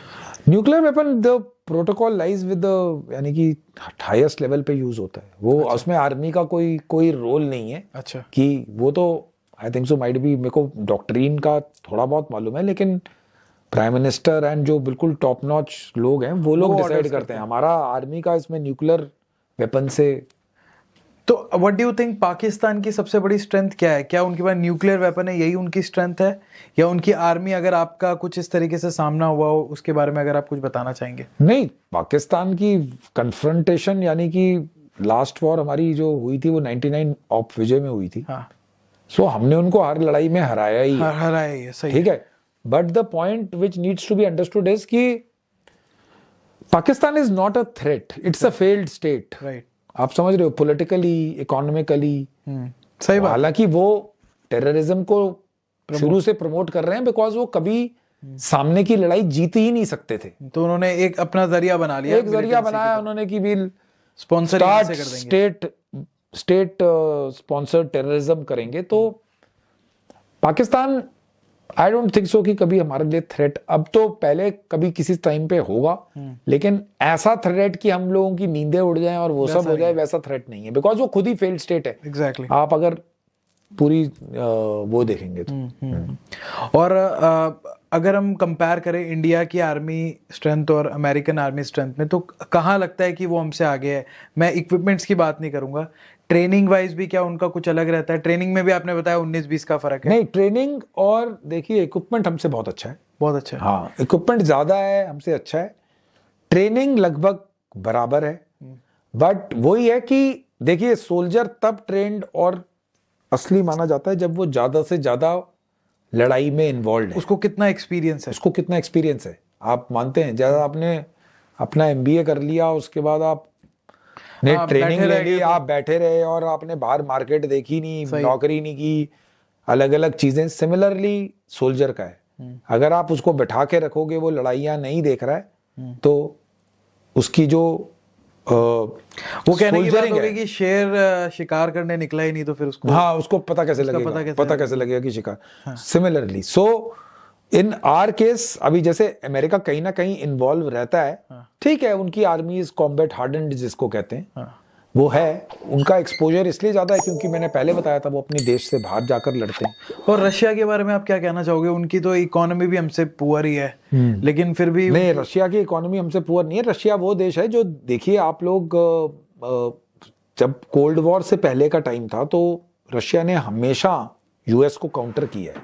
आज भी पूरा नाटो जो है, नॉर्थ अटलांटिक ट्रीटी ऑर्गेनाइजेशन, पूरे देश रशिया के एक्शन के अगेंस्ट है, फिर भी वो 3 साल से उस लड़ाई को सस्टेन कर रहा है। तो क्या उनके पास न्यूक्लियर वेपन ज्यादा है, सिर्फ यही रीजन है या नहीं, न्यूक्लियर वेपन ज्यादा है, उनका इक्विपमेंट प्रोफाइलिंग अच्छा है। अच्छा, ऐसा नहीं है कि आप अगर इंडियन आर्मी में देखेंगे तो इंडियन आर्म्ड फोर्सेस में 60% अभी भी रशियन इक्विपमेंट है, 40% मेरे ख्याल से अगर हम बाहर के इक्विपमेंट की बात करते हैं तो मेरे ख्याल से यूएस होगा, फिर फ्रांस होगा, ठीक है। बट पॉइंट रिमेन्स की, क्योंकि उनकी पॉपुलेशन बहुत कम है और वो कंट्री भी ऐसी है कि कंट्री का एक्सपेंस बहुत बड़ा है, और अगर जीडीपी वाइज भी देखे तो वो हमसे काफी पीछे हैं। मतलब मैं जीडीपी वाइज, इकोनॉमी वाइज बात कर रहा हूँ। लेकिन मुझे जहां तक लगता है, ये मेरी ऑब्जर्वेशन है, आप मुझे बताना मैं कितना सही हूँ, मुझे ऐसा लगता है कि उनके पास न्यूक्लियर वेपन्स बहुत है, अमेरिका के टक्कर के हैं, तो शायद बाकी कंट्रीज उनसे पंगा नहीं लेती। नहीं, उनकी जो डॉक्ट्रिन और जो न्यूक्लियर वेपन्स हैं और जो वेपन प्रोफाइलिंग है वो उतनी भी खराब नहीं है। अच्छा, ठीक है, वो फाइट कर रहे हैं बिकॉज उनके अपने प्रोटोकॉल्स हैं। उनकी भी army since world war 2, battle of Stalingrad and operation जो बारबोसा हिटलर ने लॉन्च किया था, तो दे आर वेल ट्रेंड। वो बीच बीच में लड़ाइयां लड़ते रहते हैं, सीरिया में भी वो फाइट कर रहे थे। सो उनकी स्ट्रेंथ्स हैं, उनके पास इक्विपमेंट है, उनके पास मैन पावर है, उनके पास एक्सपोजर है, उनके पास एक्सपीरियंस है। So that is why it is, अभी 3 साल से, फरवरी में 3 साल हो जाएंगे यूक्रेन की लड़ाई को शुरू हुए। सही है। सो दे हैव एवरीथिंग, तभी वो लड़ रहे हैं। तो उनको आप नाटो सारा अगेंस्ट है, अमेरिका अगेंस्ट अगर अमेरिका नंबर 1 है और चाइना को आप नंबर 2 मानते हो, तो रशिया इज नंबर 3 और समवेयर क्लोज टू नंबर 2, 3। सो ये 3 बड़ी कंट्रीज हैं। इंडिया का स्टैंड कहाँ लेते हैं? फोर्थ पे इंडिया है। फिर उसके बाद अगर आप स्ट्रेंथ पे की बात कर रहे हैं, न्यूमेरिकल सुपीरियरिटी की बात कर रहे हैं कि नंबर्स कितने हैं, तो then India is in, I think so, third और फोर्थ। और मिलिट्री मतलब इक्विपमेंट्स में भी थर्ड और फोर्थ है लगभग। थोड़ा सा कम हो सकता है। अब कोई छोटा देश है जिसका बजट उतना नहीं है तो वो ज्यादा अच्छे इक्विपमेंट खरीद सकता है। हमारे सोल्जर्स ज्यादा हैं तो हमको इक्विपमेंट भी उतना ज्यादा चाहिए, तो हमारी percentage might be less of the defence, जो बजट होगा वो थोड़ा कम होगा, लेकिन हमारी वो अदर चीजों से तो नीड्स मीट कर ही रहा है। राइट। अभी हमने आर्मी के क्या पर्सपेक्टिव है अलग अलग चीज़ों के बारे में उस पर बात की। मैं हेल वीक एक मैंने पढ़ा था, आप उस पर बात कर रहे थे, मैं उसके बारे में और डिटेल में जानना चाहूँगा। ये हेल वीक होता क्या आर्मी? हाँ, हेल वीक हमारी प्रोबेशन में एक 7 दिन का फेज होता है जो हर यूनिट कंडक्ट कराती है, जिसमें आपको सोने नहीं दिया जाता। सोने नहीं दिया जाता 1 भी मिनट? कैसे हो सकता है पॉसिबल? सब पॉसिबल हो सकता है इस दुनिया में। हाँ, मैंने 3 बारी की है। अच्छा, तो 1 हफ्ते तक आप सोए नहीं बिल्कुल भी? नहीं, आप सारे काम वही करोगे, आपको सब कुछ काम वो देंगे, आप कंट्रोल करोगे, किसी तरीके से रखोगे, चलते चलते आपको नींद आएगी, आपको बैठे हुए ऐसा लगेगा कि आप किसी बड़े से एरिया, जिसको हैलुसिनेशंस कहते हैं आप लोग। सो ये सब होता है उसमें, but then you can manage it. आपको, वही मैं बता रहा हूँ, जब आप लाइफ में, ये एक बहुत इंपॉर्टेंट चीज है, अगर आप 100 किलोमीटर भागने की तैयारी कर रहे हो ना, तो पहले किलोमीटर में ही 100 किलोमीटर के बारे में मत सोचिए। सही है। पहले किलोमीटर में पहले में सोचिए, 5वें में 5वें का सोचिए, 25वें में 25वें।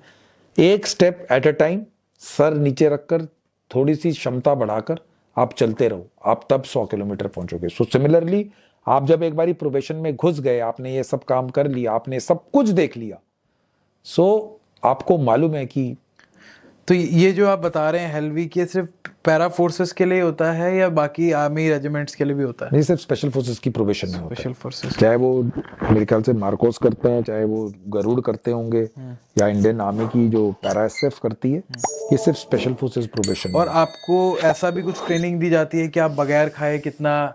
ऑब्वियसली वो सर्वाइवल ट्रेनिंग होती है, उसके बारे में थोड़ा बताइए। सर्वाइवल ट्रेनिंग बेसिकली आपको ऑफ द लैंड रहना पड़ेगा, कुत्ता मार के खा लो, सांप मार के खा लो, वो ट्रेनिंग के लिए है। बिकॉज आप लड़ाई बाहर कहीं लड़ते नहीं है, जब आप ऑपरेशंस में जाते हैं तो आपके पास सफिशिएंट राशंस होते हैं। अगर आप काउंटर टेररिस्ट ऑपरेशन में, वो आपके माइंड और बॉडी को ट्रेन करने के लिए कि आप ये कर सकते हो। सो वो ट्रेनिंग बेस्ड तो एक्टिविटीज। आपने क्या कितना एक्सट्रीम किया? आपने जैसे बताया कि कुत्ता मार के भी लोग खा लेते हाँ, हैं, कुछ नॉर्मल है वो लोग, नॉर्मल है। हाँ। तो आपने क्या क्या किया, थोड़ा सा उस लाइफ के बारे में अपने बताना चाहेंगे आप? ट्रेनिंग में सांप, डॉग्स, मंकी, अच्छा, ना ये सब। हाँ। तो कभी आपको ऐसा नहीं लगा, क्योंकि मैं सुन रहा हूँ तो मुझे बड़ा अलग लग रहा है, लेकिन ऑफ कोर्स आपकी ट्रेनिंग हुई है, उस हिसाब से आपका माइंडसेट है।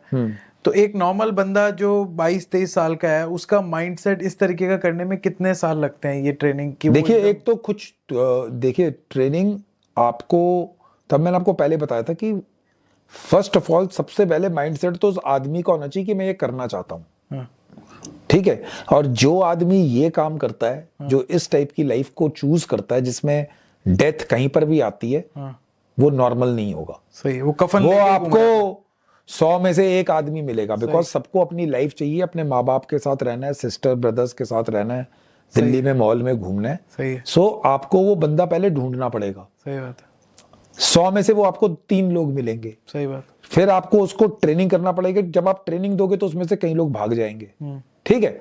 सो जो ये प्रोसेस है, सबसे पहला जो रिक्वायरमेंट है वो आदमी की खुद की इच्छा शक्ति है कि मैं ये करना चाहता हूं। वो वॉलंटियर होना चाहिए सब करने के लिए। जब वो इस चीज को करने के लिए वॉलंटियर हो जाएगा, तो देन वो ये काम करने में उसको हिचकिचाहट नहीं होगी। Exactly. तो पहला स्टेप है कि मैं वॉलंटियर बनूं।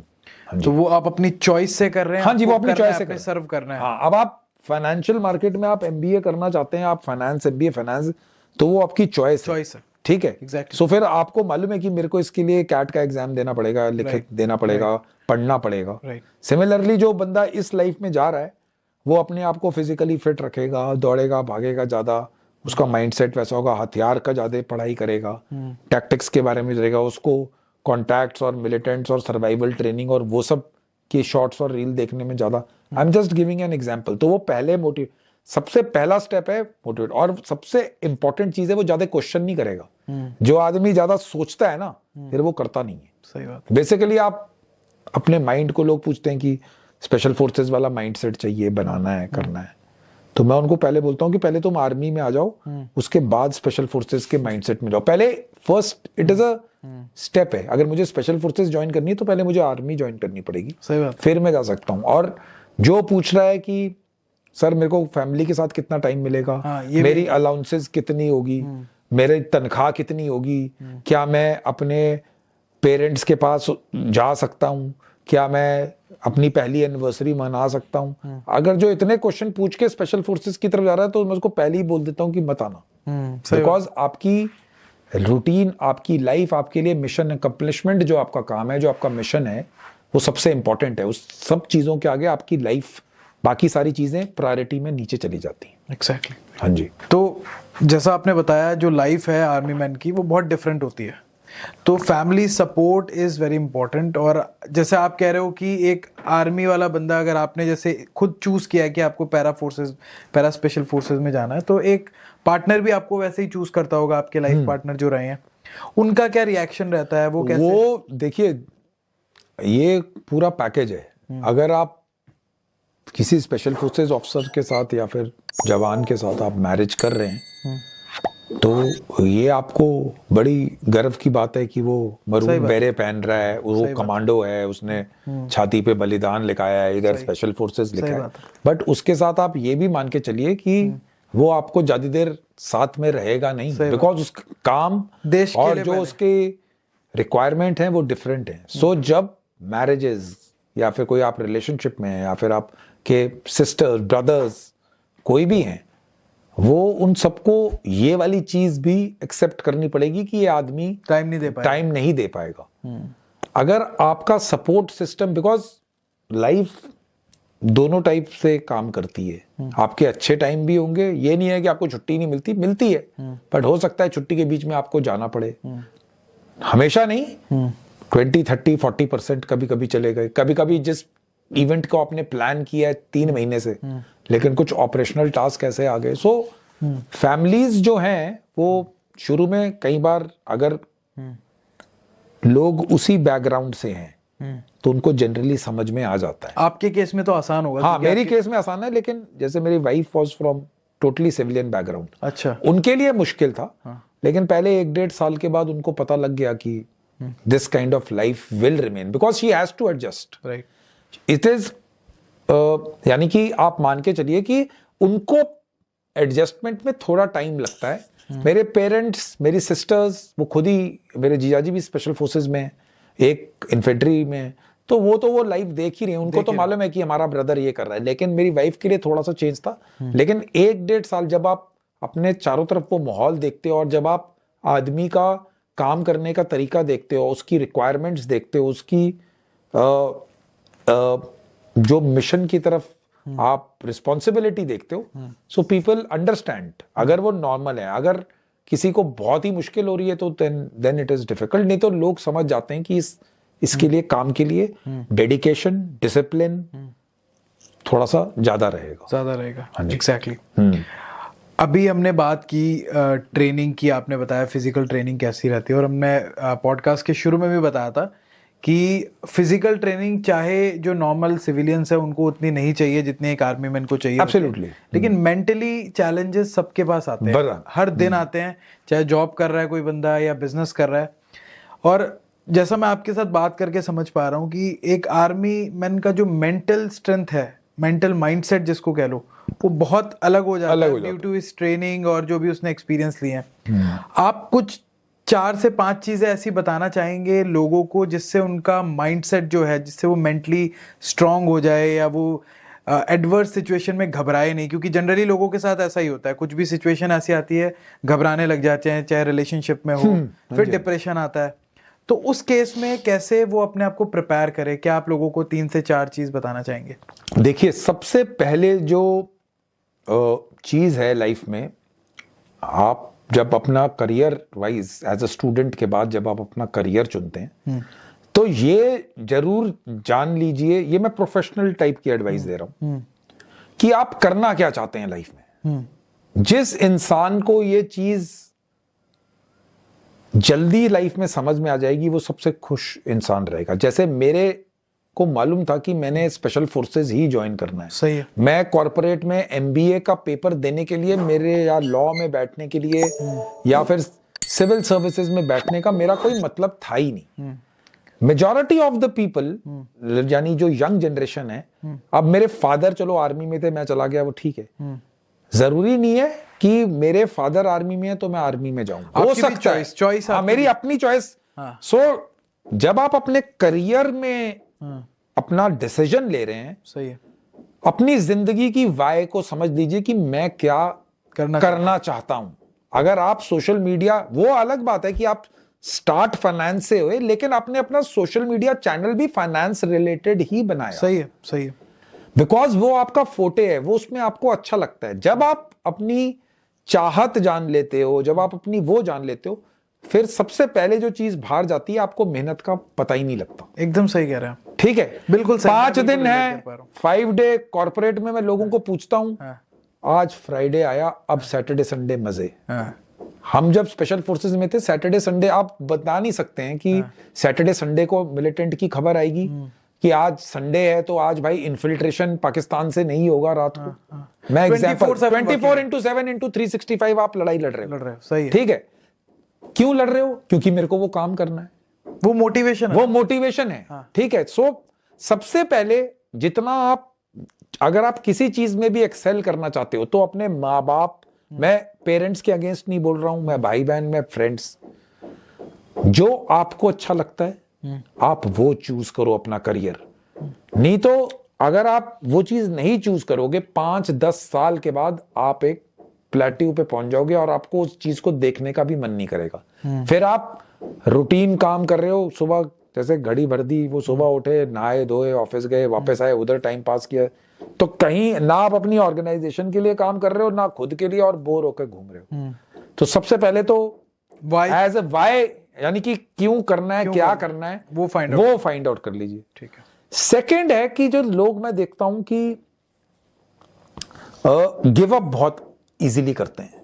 ये सबसे बड़ा प्रॉब्लम है। यानी एक चीज नहीं मिली, दूसरी चीज नहीं मिली, बिल्कुल यानी अपना मेंटल फोकस और जो रेजिलियंस जो काम करने की है, मैं देखो आपको बताता हूँ, मैं इतना die hard special forces, first मैंने रिटर्न एग्जामिनेशन दिया, मेरा रिटर्न क्लियर हुआ, मेरी इंटरव्यू नहीं क्लियर हुई। सेकंड में भी मेरी रिटर्न क्लियर हुआ, इंटरव्यू नहीं। थर्ड अटेम्प्ट में फौज में गया, फिर मैं स्पेशल फोर्सेस ज्वाइन करने गया, वहां पर मेरे को फर्स्ट टाइम पे मेरी प्रोबेशन 90 दिन के बाद क्लियर नहीं हुई, फिर मैंने दोबारा वॉलंटियर किया, फिर वो 6 महीने की होगी थी, फिर मैंने क्लियर की, फिर मेरी प्रॉब्लम हो गई मेरी टीम के साथ, मैं वापस आया। 29-30 साल जब लास्ट टाइम बच गया था, मैंने तीसरी प्रोबेशन की, क्योंकि मेरे को मालूम था कि मेरे को यही काम अच्छा लगता है। मैंने एडवर्सिटीज, जितने फेलियर सेटबैक्स हैं, मैंने बहुत देखे हैं लाइफ में। फेलियर्स और सेटबैक्स आपको, अभी फौज छोड़ी, बाहर आया, मैंने अपनी कंपनी खोली, उसमें इतना बिजनेस नहीं है। अब मैं सोशल मीडिया, मैं जो लोगों को बताना चाहता हूं कि जो सोचते हैं ना कि फर्स्ट टाइम में सबको मिला है, वो किसी को नहीं मिलता है। वो 0.1% लोग हैं जिनको फर्स्ट टाइम में आईएएस क्लियर हो गया। वो तब 11वीं 12वीं से ही आईएएस के लिए पढ़ाई कर रहे होंगे, उनका कुछ नहीं, वो लोगों को दिखाएं। और दूसरा चीज है कि सेटबैक और फेलियर्स आपको रोकने नहीं चाहिए, आपको और अपनी ताकत को बढ़ाने के लिए इस्तेमाल करने चाहिए। इसमें सबसे बड़ा रीजन होता है, जब भी एक सेटबैक आता है, एक चैलेंज आता है, लोग होपलेस हो जाते हैं कि अब ये हो ही नहीं सकता। उस सिचुएशन में उनको क्या सोचना चाहिए कि भाई तू कैसे चलता रहे, कैसे उस चीज को छोड़े ना, वो क्या चीज उनको करनी चाहिए? देखिए, जब मैं स्पेशल फोर्सेस की प्रोबेशन में जाता था, तो मैं उसको एक ब्रिज की तरह मानता था कि मैं ब्रिज पे चल रहा हूं, लेकिन पीछे से ब्रिज टूट रहा है या जल रहा है। अच्छा, आगे ठीक है, बस आगे ही चलना है, पीछे मुड़ने का कोई सवाल नहीं है। अब पॉइंट ये है कि हर इंसान अलग बेंट ऑफ माइंड और मेकअप का है। सही है। लेकिन आप लाइफ में जो आदमी सबसे ऊपर गया होगा, उसको आप देखोगे, अगर आप उसकी लाइफ को टटोलोगे, आप उसकी ऑटोबायोग्राफी पढ़ोगे या उसके बारे में रिसर्च करोगे, वो सबसे नीचे भी रहा होगा। सही बात है। बिकॉज लाइफ सर्कल है। सही बात। हमेशा आप ऊपर नहीं रहते, आपको नीचे, अनलेस एंड अनटिल आप प्रिविलेज्ड खानदान में पैदा हो गए। और ये भी मैं बताऊं, 60% बिलियनियर सेल्फ मेड है। सेल्फ मेड 60 नहीं है, 85%। 85% जो बिलियनियर्स हैं वो फर्स्ट जनरेशन है। हाँ। आप मान रहे हैं 15% है जो अपने फादर की लेगेसी को कंटिन्यू कर रहे हैं। लेकिन 85%, क्योंकि आप मान के चलिए लाइफ का ये सिद्धांत है, अगर आप मेहनत नहीं करेंगे, जी तोड़ मेहनत नहीं करेंगे, इतनी की आपको पता लगना चाहिए, यानी कि दूसरा एक और पॉइंट इसके साथ है, अगर आप ड्रीम्स बड़े नहीं देखोगे ना, तो फिर आप नॉर्मल लाइफ ही लीड करोगे। सही है। जब तक आप अपनी, अगर आप पैदल चलते हैं, आप मोटरसाइकिल का ड्रीम देख रहे हो, मोटरसाइकिल में भी आप BMW बाइक का ड्रीम नहीं देखोगे, तो आप BMW अगर 45 लाख की बाइक आती है तो आप उसके लिए मेहनत भी उतनी ही करोगे। अगर आप उसको हीरो होंडा पे 1 लाख पे स्थिर रहोगे, ये आदमी की साइकी है। तो अगर मेरे को कॉम्बैट देखना है तो मैंने पैरा एसएफई ड्रीम किए, मेरे को वही सोचना है, मेरे 24 घंटे दिमाग में वही चल रहा है। सो वो आपके माइंडसेट को शेप करता है। ठीक है, फेलियर सेटबैक्स मिलेंगे ही मिलेंगे, कभी हो ही नहीं सकता। मेहनत, अभी वो कहावत है कि एक बहुत बड़ी, कि अगर आपको सूर्य की तरह चमकना चाहते हो तो सूर्य की तरह जलना भी सीखो। सही है। सो ये सारी जो मैं चीजें आपको बता रहा हूं, ये सब इंटर रिलेटेड है। और सबसे इंपॉर्टेंट चीज जो आप माइंड में रखकर चलिए कि आपको अपनी मदद खुद ही करनी है। बहुत बड़ी बात करी आपने। आपको लाइफ में सपोर्ट देने वाले 0.1% लोग, माँ बाप ठीक है, वो पेरेंट्स का सेल्फलेस लव है, वो प्यार करते हैं। मेरे को अपने दोनों लड़कों से प्यार है, आपको अपने बेबीज से प्यार, वो सेल्फलेस लव है। सही है, सही बात कह रहे हैं। लेकिन जब लड़ाई की समय आएगी, जब मैं बुलेट्स फेस करता हूं, जब मैं एडवर्सिटीज देखता हूं, मेरे माँ बाप मेरे साथ नहीं होते, सिर्फ मैं हूं। सही बात। हो सकता है दूसरा कोई आदमी खड़ा हो जिसको मैं, जो मेरा ब्लड रिलेशन ही नहीं है, वो रिएक्ट करेगा, वो किसी ने किसी के लिए फायर कर दी, वो अलग बात है। लेकिन आपको अपनी लड़ाई खुद लड़नी है। अगर आप कंधे ढूंढते फिरोगे, आप बोलोगे कि मुझे इससे सपोर्ट चाहिए, उससे सपोर्ट चाहिए, अगर आप खुद लड़ाई करना सीख जाते हो, आपको वर्ल्ड में कोई नहीं रोक पाएगा। मैं कह रहा हूं, आपने बहुत बड़ी बात कर दी। अगर इतनी सी चीज लोग समझ जाए ना, तो उनकी 90% प्रॉब्लम सॉल्व हो। और अपनी प्रॉब्लम किसी के पास मत लेकर जाइए, बिकॉज जो, और जिस आदमी के पास आप लेकर जा रहे हो वो उतना ही परेशान है, वो भी नहीं जानता है। कोई अपनी काबिलियत से ज्यादा आपको नहीं कुछ दे नहीं सकता बता advice, सकता। हाँ। वो ठीक है कि हाँ भाई तेरा बुरा समय चल रहा है, चल भाई थोड़ा ध्यान रखना, वो सिर्फ मॉरल सपोर्ट है, उसने कुछ सपोर्ट नहीं दिया आपको। सही बात है। तो अपनी ट्रेनिंग, अपना लक्ष्य, अपनी मेहनत, अपने फेलियर्स से अपने आप को उभारो, यानी अपने आप को स्ट्रांग बनाइए। ठीक है, आपको इसमें मैं बड़ी चीजों की बात कर रहा हूं, गर्लफ्रेंड चलेगी आ गई, वो मैं काउंट नहीं करता हूं चीजों को। ठीक है, वो पर्सनल रिलेशनशिप्स नहीं मैटर करते, कई लोगों के लिए वो ओवर बेयरिंग फैक्टर है। मे बी मेरी ट्रेनिंग वैसी रही है, मे बी मैंने लाइफ में चीजें वैसे देखी हैं। सो पर्सनल रिलेशनशिप्स में मैं कमेंट नहीं करूंगा, प्रोफेशनल में आपको हर जगह फेलियर मिलेगा, कई जगह आपको कम मेहनत में सक्सेस मिल जाएगी जो आपने सोची नहीं होगी। सही है। लेकिन अगर आप हाइंडसाइट में और आप उसके आसपास का एनवायरनमेंट देखेंगे तो आपको मालूम होगा कि जब मैं उस टाइप पे मेहनत कर रहा था ना, क्योंकि मेहनत आपके रगों में बसी हुई है, आपके वो खून की तरह है। जो वो मेहनती करनी ही इंसान होगा हाँ। वो कहीं ना कहीं सुबह 4, 5, 6, रात को 12, 1, 2 कुछ ना कुछ करके वो लगा होगा, और सक्सेसफुल भी वही होगा जो लगा हुआ है। सही बात। जिसने छोड़ दिए, हाथ धर के बैठ गया, उस टाइम पे दूसरा बंदा उसको ओवरटेक करेगा। तो मैं तो व्यूअर से भी कह रहा हूँ वो इस चीज का ध्यान रखे। हाँ जी, मतलब लोगों को लगता है कि यार कर्नल शिवेंद्र सिंह जी है, इनको तो सब कुछ ऐसे सबको, मिल हाँ, गया है। ऐसे नहीं मिलता है। ऐसे नहीं मिलता, सब इन्होंने बहुत मेहनत की है, सबने बहुत मेहनत सब की जगह फेलियर्स लिए हैं। Failures आपने अपने प्रवीण ने अपनी लाइफ में 1000 फेलियर देखे होंगे। सही है। किसी ने टीवी से शुरू किया है, किसी ने एक ऑफिस से शुरू किया है, किसी ने एक room ग्राउंड से शुरू फ्लोर किया से है। शुरू किया है। पहला बिजनेस फेल हुआ है, थर्ड फेल हुआ है, फिफ्थ पे गए हैं। पूरा वर्ल्ड वैसे चल रहा है। इलॉन मस्क को आप पूछोगे सबसे रिच इंसान है, टेस्ला बंद होने की कगार पे आ गई थी 2008 में, स्पेस एक्स नहीं चल रहा था, फिर भी बंदा लगा कन्विक्शन कितने बड़े लेवल की है। हाँ, कि वो कन्विक्शन, विश्वास है अपने पे विश्वास। और सबसे बड़ी बात, अगर कोई चीज आपको ग्रांट कर सकता है वो भगवान कर सकता है, आदमी आपकी कोई मदद ज्यादा कर नहीं सकता। सही है। आप अपनी मेहनत कीजिए। मैं ये नहीं कह रहा कि तुम सीधा ही मंदिर पहुंच जाओ, देने वाला भगवान है। अगर मैं और आप ही आज कन्वर्सेशन कर रहे हैं, मैं अपने एक्सपीरियंसेस बता रहा हूं, 2003, 5, 6, 8, 16, 17 में मैं बचता ही नहीं। अच्छा, ऐसी सिचुएशंस भी हैं। मैं बचा ही नहीं, जहाज से कूदे, पैराशूट बिल्कुल बेकार तरह से खोला, नीचे सिर्फ टांग टूट के ही बच गया। अरे आपके सामने वो ग्रेनेड वाला इंसिडेंट बता दिया। तो कोई तो बचाने वाला है, कोई तो पावर है इस दुनिया में। ना माँ बाप थे, ना फ्रेंड्स थे, ना कोई था, तो बच कैसे रहे हो? सही बात है। तो पीपल, यानी कि मैं ये नहीं कहता हूं कि भगवान ही सब कुछ करते हैं, लेकिन वहां पर भी भगवान का भी जहां आपका कंट्रोल खत्म हो जाता है, वहां पर आप अपनी मेहनत करो, आप अपना एक्शन करो, सही है। आप अपनी वो करो। बाकी देना है, किस टाइम पे आना है, किस दिशा से आना है और किस रूप में आना है, वो छोड़ दो किसी वो और देने वाले ऊपर वाले, वो ऊपर वाले क्या। और आपको क्या लगता है भगवान पे विश्वास कितना इंपॉर्टेंट है सक्सेसफुल होने के लिए? मैं तो भगवान में विश्वास रखता हूँ। मेरा खुद का बहुत विश्वास है। मेरा खुद का विश्वास है। अब आप लोग बोले कि मैं एक प्रैक्टिसिंग हिंदू हूँ, मेरे माँ बाप, मेरे फादर आर्मी ऑफिसर थे, मेरी मदर हाउसवाइफ थी, वो लॉर्ड शिवा की पूजा करती थी। मैं जब कॉलेज में था, जाता था मंदिर, चढ़ाता था जल शिवलिंग पे। फौज में आकर तो आप डिप्लॉयड अलग अलग जगह पे रहे तो थोड़ा कम हो गया, अभी मैंने फिर दोबारा शुरू कर दिया। सुबह भी जाता हूँ, अपनी पूजा करता हूँ, सुबह भी मंदिर जाता हूँ, शाम को भी जाता हूँ। बहुत सही है।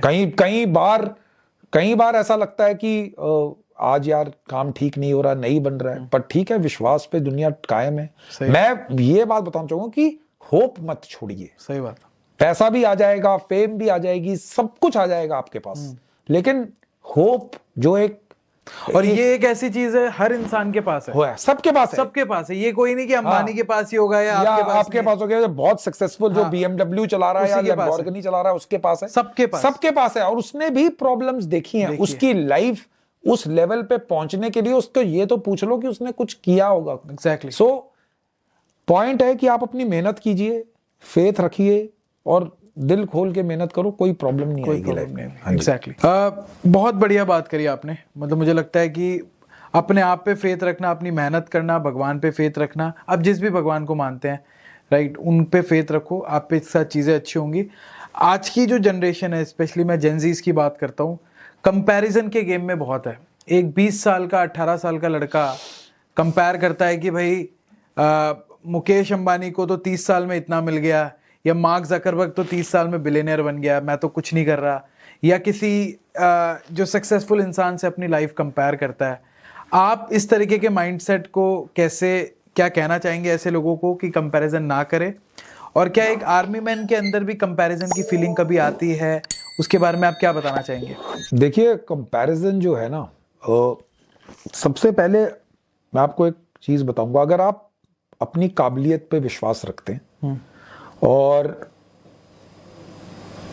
आपको लगता है कि आप इस टास्क को या इस काम को सबसे अच्छी तरीके से कर सकते हैं, कोशिश कीजिए कि आप उसको अपनी तरफ से सबसे ज्यादा मेहनत और सबसे नए तरीके से, रोल मॉडल्स की इसके साथ कंपेयर करना, इंस्पिरेशन लेना अलग चीज है, लेकिन मेरा मानना है कि आप अपनी काबिलियत पे विश्वास रखिए सबसे ज्यादा। अगर आप सुबह उठ के मिरर के सामने जाते हैं और बोलोगे कि मैं चैंपियन हूं, दिन में 4 बार ही अपने आप को बोलोगे, आप बनोगे चैंपियन।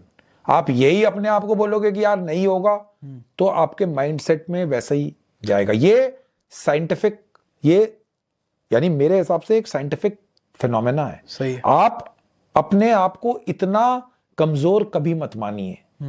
लोग क्या सोचते हैं, जैसे सोशल मीडिया पे देख रहे हैं कि एक 24 साल के लड़के ने BMW, हाँ। तो अब वो कंपेयर करते हैं कि यार मेरी लाइफ में तो कुछ है ही नहीं, मेरे को साला 15,000 की नौकरी नहीं मिल रही है कहीं पे। तो फिर उनके अंदर वो, आप समझिए, वो टाइम एंड स्पेस की बात है। आप अब बैरक ओबामा थे, वो 45 साल में बन गए यूएस के प्रेसिडेंट। जो बाइडेन 76 में बने। तो वो कंपैरिजन, हर चीज का समय है। अब वो 24 साल वाला जो BMW ले रहा है, मे बी उसने 16 साल में से लेकर 20 साल में आउटस्टैंडिंग रिकॉर्ड रखा होगा, कुछ पढ़ाई वढ़ाई की होगी, तो 24 साल का है। आपने उस टाइम पे उतनी मेहनत नहीं की होगी, पर ये मतलब ये नहीं है कि 45 साल में उसके पास BMW नहीं होगी, वो उसी BMW पे चल रहा है। हो सकता है आपने मेहनत ज्यादा की, आप 45 साल में फरारी पे पहुंच गए। सही है। सो हर बंदे का टाइम एंड स्पेस है, हर बंदे की विजन है, हर बंदे का स्पीड है। एक आदमी 5 किलोमीटर पर किलोमीटर भागता है, उसी स्पीड पे वो उस पे मैराथन खत्म करता है। एक खत्म कर रहा है 2 मिनट और 48 सेकंड पे। उसने बॉडी को उतना ट्रेन किया हुआ है ना, उसने 20-20 साल भी बन जाते हैं। कुछ हुसैन बोल्ट।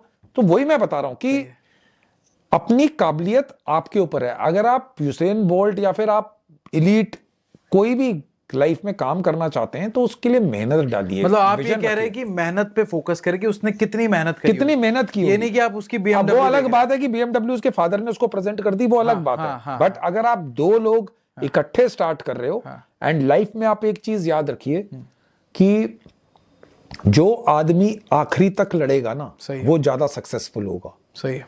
मैंने लोगों को देखा है, इनिशियल सक्सेस ली, उसके बाद कॉम्प्लेसेंट हो गए, और जो बाद में शुरू हुआ, जब आप मिड लाइफ पे पहुंचे, तो वो वाला पीछे वाला आदमी जो शुरू में कॉलेज में बैक बेंचर और नॉर्मल घूम रहा था, वो आज 3000 करोड़ का मालिक है। कई केसेस में, और कई में लोगों ने शुरू में जो बिल्कुल टॉपर थे, वो 30 साल में आकर बिल्कुल मीडियोकर हो गए। सही बात है। बिकॉज उनको सब कुछ शुरू में मिल गया। किसी की जील रही, तो जो भूख है, जो हंगर है अचीव करने की, वो जब तक आप रख सकते हो जिंदा, आपको कोई नहीं रुक सकता। एज और एनवायरमेंटल फैक्टर्स जस्ट नंबर्स और फैक्टर्स। टाइम का गेम है। हाँ, टाइम का गेम है। कौन कितनी देर में करेगा। अभी हर बंदे की स्पीड, हर बंदे को मिलने का तरीका, हर बंदे को किस टाइम पे मिल गया, कोई कहीं जल्दी बन गया, कोई बाद में बना। सही बात है। तो इंसान को लगे रहना चाहिए, मेहनत करते रहना चाहिए, कभी ना कभी तो मिलेगा।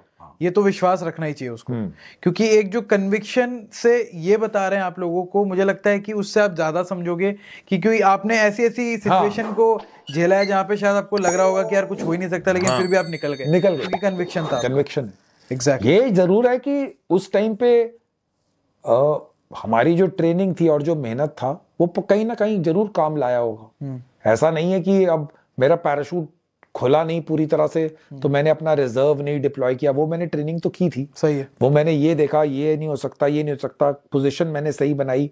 अगर मैं पोजीशन ही बेकार पूरे हाथ पांव के खुला ही नहीं है, बिल्कुल ही हाथ पांव छोड़ देता तो 100% ही मरता। तो इसका मतलब लाइफ में प्लानिंग की भी बहुत जरूरत है। प्लानिंग की जरूरत है, आपकी ट्रेनिंग, आपके ऑप्शंस खुले होने चाहिए। अब आप एक चीज में आपको मालूम है, जैसे कहते हैं कि फौज में एक बड़ी अच्छी कहावत है कि नेवर रीइंफोर्स अ फेलियर। आपको मालूम है कि आप इधर फोर्सेस डाल रहे हो, इधर दुश्मन स्ट्रांग है, आप थोड़ा लेफ्ट राइट जाकर देखो, उधर कम है तो अपनी रिजर्व्स उधर डालो ना। सही है। आप जहां पर दीवार के अगेंस्ट सर मारने से कोई फायदा नहीं है। अगर आप दीवार को थोड़ी दूर में लेफ्ट राइट में जाकर देखोगे कि वहां पर थोड़ी उसकी हाइट कम है तो उसको कूद जाओ। एग्जैक्टली। तो सिमिलरली आपको लाइफ हमेशा ऑप्शंस देती है।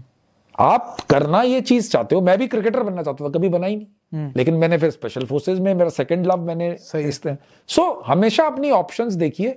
हमेशा ये बोलना कि मेरे को ये चीज नहीं मिल रही, ये तो मेरी लाइफ बेकार है, वो बिल्कुल गलत चीज है। आपको जब फेलियर और सेटबैक्स में भी आप जा रहे होंगे, आपको कहीं ना कहीं ऑप्शंस दिखाई दे रही होंगी जो कि आप नजरअंदाज कर रहे हैं। वापस जाइए, आपको उस तरफ से जाने के लिए जरूरी नहीं है कि आप यहाँ पर आप इधर से ट्राई कीजिए। सही बात है। मेरे ख्याल से बहुत सारी चीजें आपने ऐसी बताई जो एक स्टूडेंट लेवल का बंदा है जो अपनी शुरुआत कर रहा है उसके बहुत काम आएगी। और ये जो चीजें मुझे लगता है जो एक अपनी नौकरी भी कर रहा है, अपने मिड एज में भी है, उसके भी काम आने वाली है। क्योंकि लाइफ में मेंटल चैलेंजेस सबके साथ आएंगे। सबके साथ आते हैं। मेरे कुछ क्वेश्चंस बचे हैं, उसके वो मैं लेता हूँ।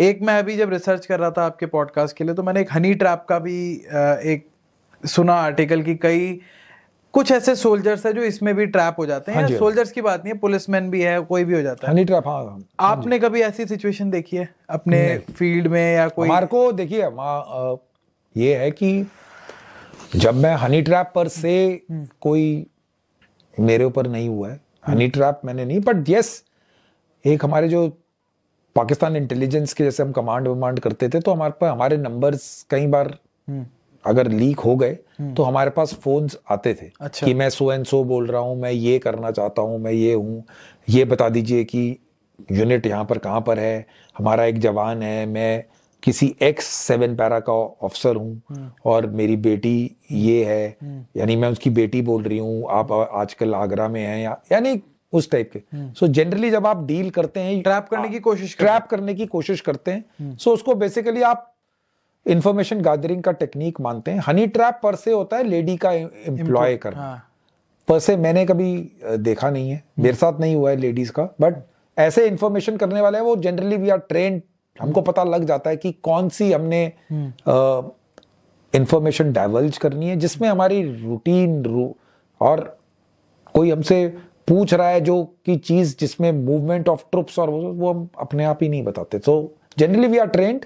तो जब एक आर्मी ऑफिसर डिप्लॉय रहता है तो उसको कुछ प्रोटोकॉल्स फॉलो करने होते होंगे कि ये चीज बतानी है और ये नहीं बतानी। एब्सोल्युटली। तो क्या क्या ऐसी चीजें होती है जो आर्मी में बेसिकली आप लोग अपना कहाँ पर आप लोग बेस्ड हैं, अच्छा ठीक है, किस जगह पे आप ड्यूटी कर रहे हैं, आपके घर वालों को तो मालूम ही होगा, लेकिन सिविल वर्ल्ड में आप ये सब चीजें नहीं बताते। ठीक है। वेपन प्रोफाइलिंग, इक्विपमेंट क्या क्या है, आजकल तो खैर नेट इतना एडवांस्ड है कि आपको सारी चीजें ये पता लग जाएंगी, लेकिन बेसिकली जो सेंसिटिव इंफॉर्मेशन होती हैं जैसे कि आपकी यूनिट और ये सब, वो जनरली वो नहीं बताया जाता। और जब अगर आप अपनी सर्विस में एक्टिव हो तो क्या ऐसा आर्मी मैन पॉडकास्ट भी मेरे ख्याल से नहीं कर सकता, या मीडिया में भी नहीं? आप मीडिया में नहीं, आपका इंस्टाग्राम, ट्विटर और इन सब पे किसी का अकाउंट नहीं हो सकता। पोस्ट रिटायरमेंट आप ये सब कार्रवाई कर सकते हैं। तो हमने हनी ट्रैप के बारे में बात की, आपने कहा कि इससे रिलेटेड भी ट्रेनिंग्स होती है और इस तरीके के इंसिडेंट कभी ना कभी हो जाते हैं, किसी ऑफिसर्स के साथ हो जाते हैं, नहीं होते, जनरली आपको मालूम रहता है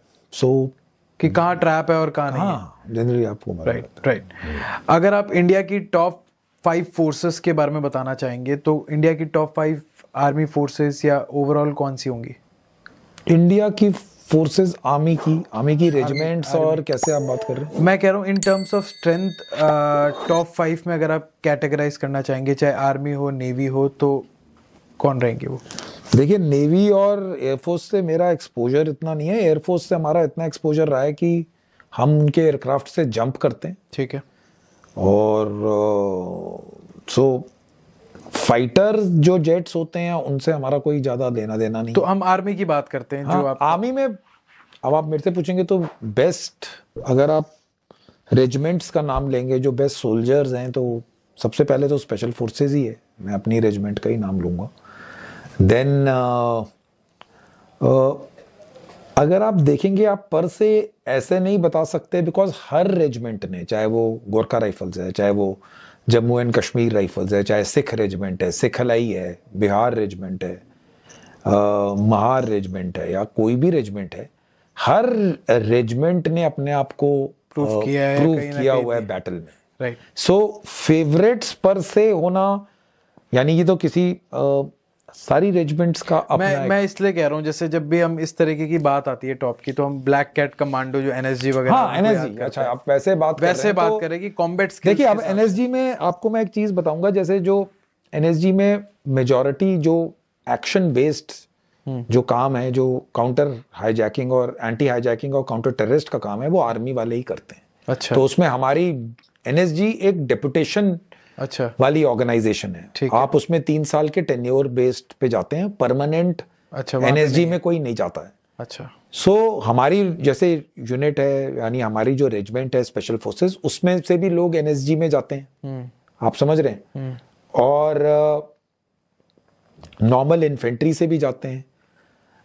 लॉजिस्टिक्स जो हैं अपनी आर्मी की, कम्युनिकेशन, उसके बाद combat support arms, engineers, artillery, इन सबसे भी लोग एनएसजी में जाते हैं। So NSG is a good exposure अगर आपने स्पेसिफिक ड्रिल्स प्रैक्टिस करनी है। अभी आप पैरा एसएफ में, जैसे मैं आपको एग्जांपल दूंगा कि आप काउंटर टेररिस्ट ड्रिल्स में ज्यादा ध्यान दे रहे हैं, एनएसजी इज मोर, जैसे आपका 26/11 अटैक हुआ था, अच्छा, रूम इंटरवेंशन के लिए, ठीक है, हाईजैक्स हो गए, ठीक है, तो उनके लिए वो ज्यादा बेटर ट्रेंड है और उनका मैंडेट है। ऐसा नहीं है कि पैरा एसएफ नहीं एम्प्लॉय हो सकती, बट एक चीज जिसका प्राइमरी टास्क, जिसका प्राइमरी फोकस है, तो उनका वो रहता है।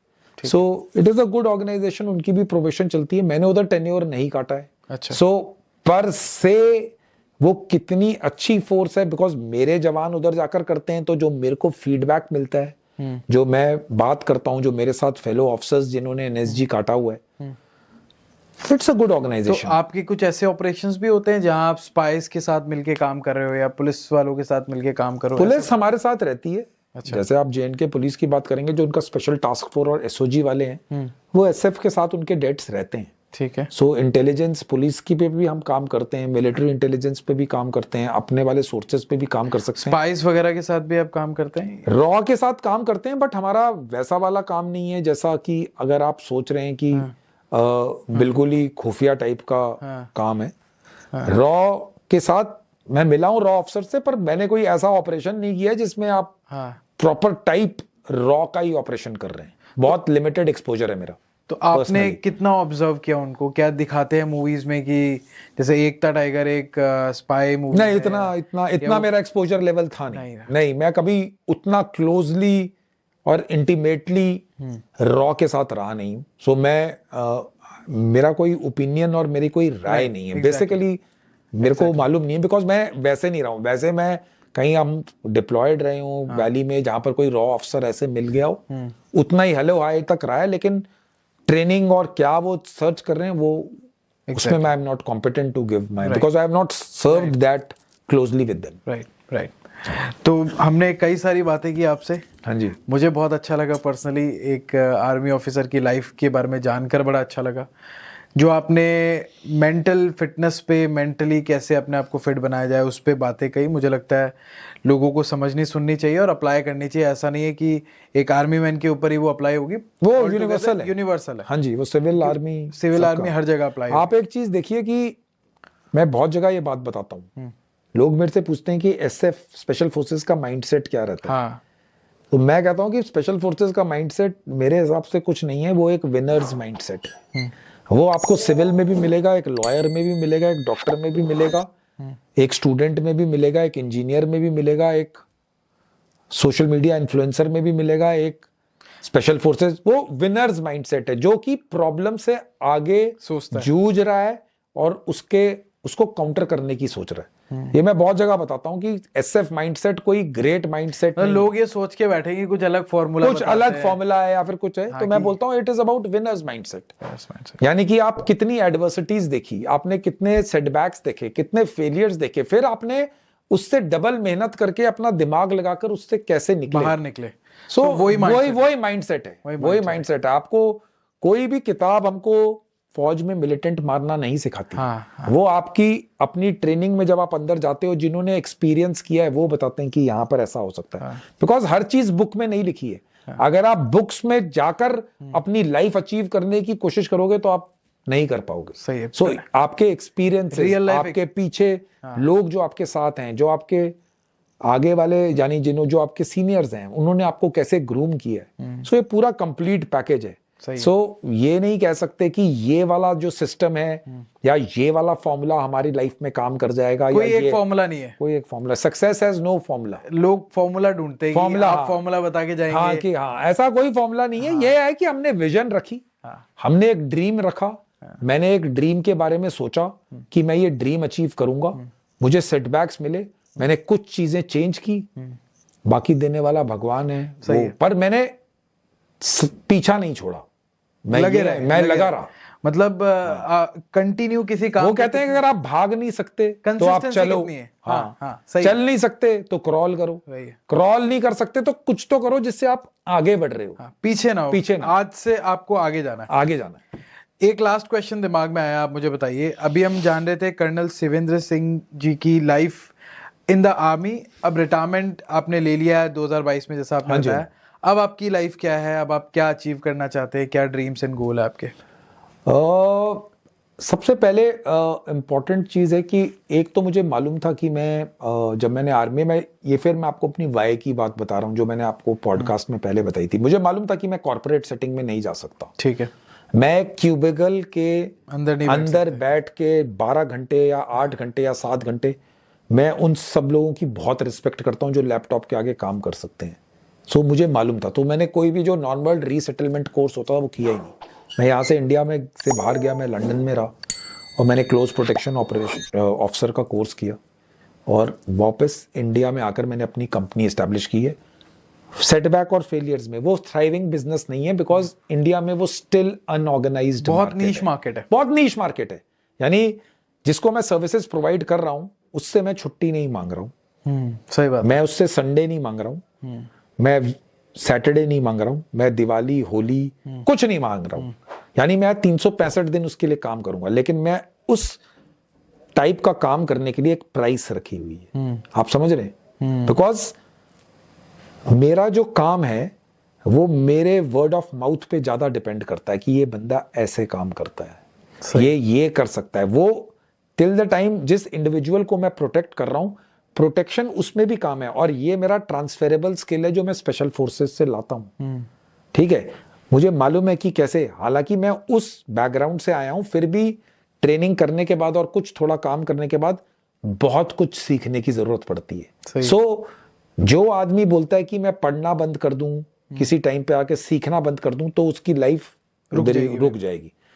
सो ये मैं काम करता हूं, बट इसके साथ साथ लाइक अब आपके जैसे लोग को पॉडकास्ट पे बुलाते हैं, मैं इतने यूथ से मिलता हूँ, टेड टॉक्स करता हूँ, मोटिवेशनल, तो अपने पर्सनालिटी डेवलपमेंट, मेरा अपना यूट्यूब चैनल है, वो मुझे बहुत ज़्यादा इनविगरेटिव लगता है। बिकॉज जो मैंने चीज़ें अपने सर्विस करियर में सीखी कि शू का लेस कैसे बांधना है, आपको अपनी रक्सैक कैसे पैक करना है, आपकी हेलमेट कैसी होनी चाहिए, आपका मैगजीन जो आपने पाउच के अंदर यानी अपनी टैक्टिकल वेस्ट के अंदर या चेस्ट ट्रिक के अंदर या प्लेट करियर के अंदर डालनी है, वो क्यों डालना है, एंटीना रेडियो सेट का बाहर क्यों नहीं निकलना चाहिए, क्योंकि अगर आप रूम इंटरवेंशन में अंदर जा रहे हैं और अगर आपने उसको इधर सीज नहीं किया तो आपकी आंख में जो मैं छोटी मोटी चीजें बताता हूँ वो मुझे बहुत अच्छी लगती हैं। सो वो मेरा एक जरिया है। उसके बाद मैं पर्सनालिटी डेवलपमेंट की क्लासेस चलाता हूँ। अच्छा। जिसमें मैं ये सारा mind set, crisis management for students, CEOs and corporate professionals में चलाता हूँ वीकेंड्स पे, एंड वो ऑनलाइन क्लासेस हैं।